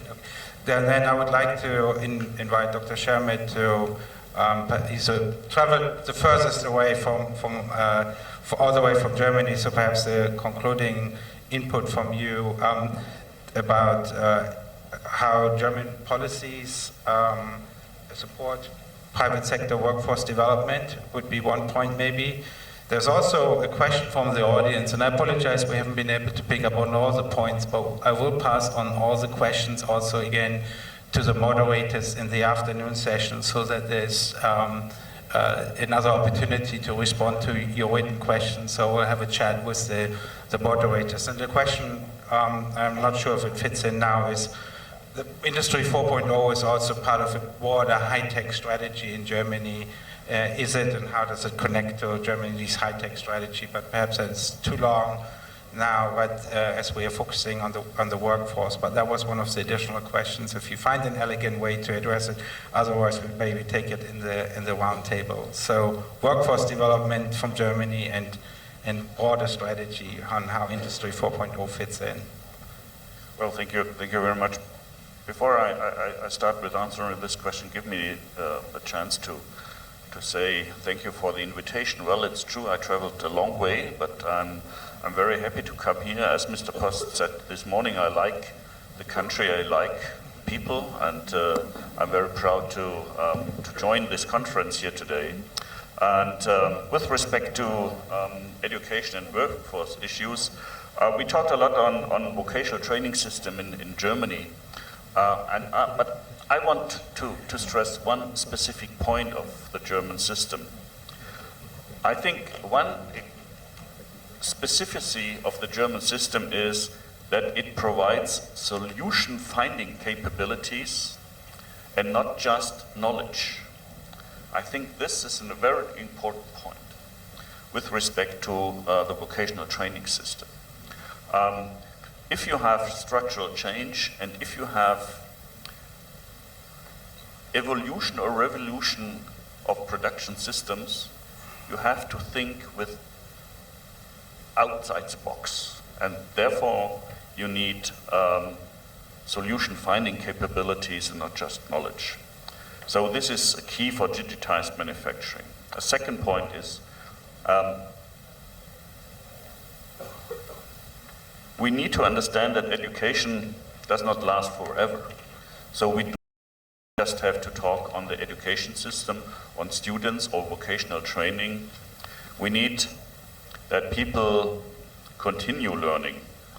Long life learning and learning on the job is as important as thinking about new jobs, new capabilities. What we have to train the existing workforce also to increase the acceptance of Industry 4.0. And therefore, for example, the platform Industry 4.0 developed a number of best practice examples for successful concepts to vocational training, but also for training on the jobs. And those concepts were developed by employers and employees and workers representatives in the companies, so by experts of the platform industry 4.0. And this is also one important thing with respect to the part what we are discussing currently, education and workforce issue. In terms of Industry 4.0, partnership between trade unions and business is one of the great assets what you can develop, and therefore it's important to work together here, workforce, workers representatives, and companies, management, to tackle these challenges. Thank you very much. That resonates the discussion I had with Dr. Post yesterday about involving the workforce, involving the unions in Germany's case to get acceptance and buy-in about changing for Industry 4.0, because if the workers, the people don't see that there is an opportunity for them as well, then that would be a barrier. We had, I think, a very interesting discussion. The good news is that I believe there is a lunch available where we can continue this discussion in a more informal way. We've been discussing about the status of Industry 4.0 in Thailand and Germany, some of the policy toolkits, the priority sectors. I think we had the high-tech automotive, we had medical and wellness, but we also had a lot of discussion about food and agriculture as being important for Thailand to come out of the middle-income trap and address inequality. And then we went into some issues about SMEs, how to bring them along, and then last but not least, the workforce and educational issues. As I mentioned, we have I'll pass on the questions that we try to answer to some extent, but maybe not fully. I'll pass them on to both the speakers, but also the moderators for the afternoon session. And we have not only live streamed today to the public, but we recorded it, and we will evaluate the key points. It's a very rich discussion. I think a lot of ideas and comments came out of it, so I know that the STI and OEE, the Office of Industrial Economics, we will be working on developing papers and recommendations from today, and also include the morning. So, ladies and gentlemen, please join me in thanking our panelists for sharing their thoughts and ideas. And I pass back to the MC to give us instructions on where to go next and what to do next. Thank you. Thank you, Martin. We will continue with the roundtable discussions in the respective rooms at 1:30. I'm serious, we're German, 1:30 sharp. You will find the information regarding the location of the rooms for the roundtable discussions at the registration desk. Until then, we would like to invite all participants to a well-deserved lunch break. We have 3 rooms, but none of them is big enough to cater for all participants. So please, participants with red badge ribbons, we would like to ask to have lunch at the Benyaron restaurant, and for the roundtable discussion, please proceed to the Saladeng room.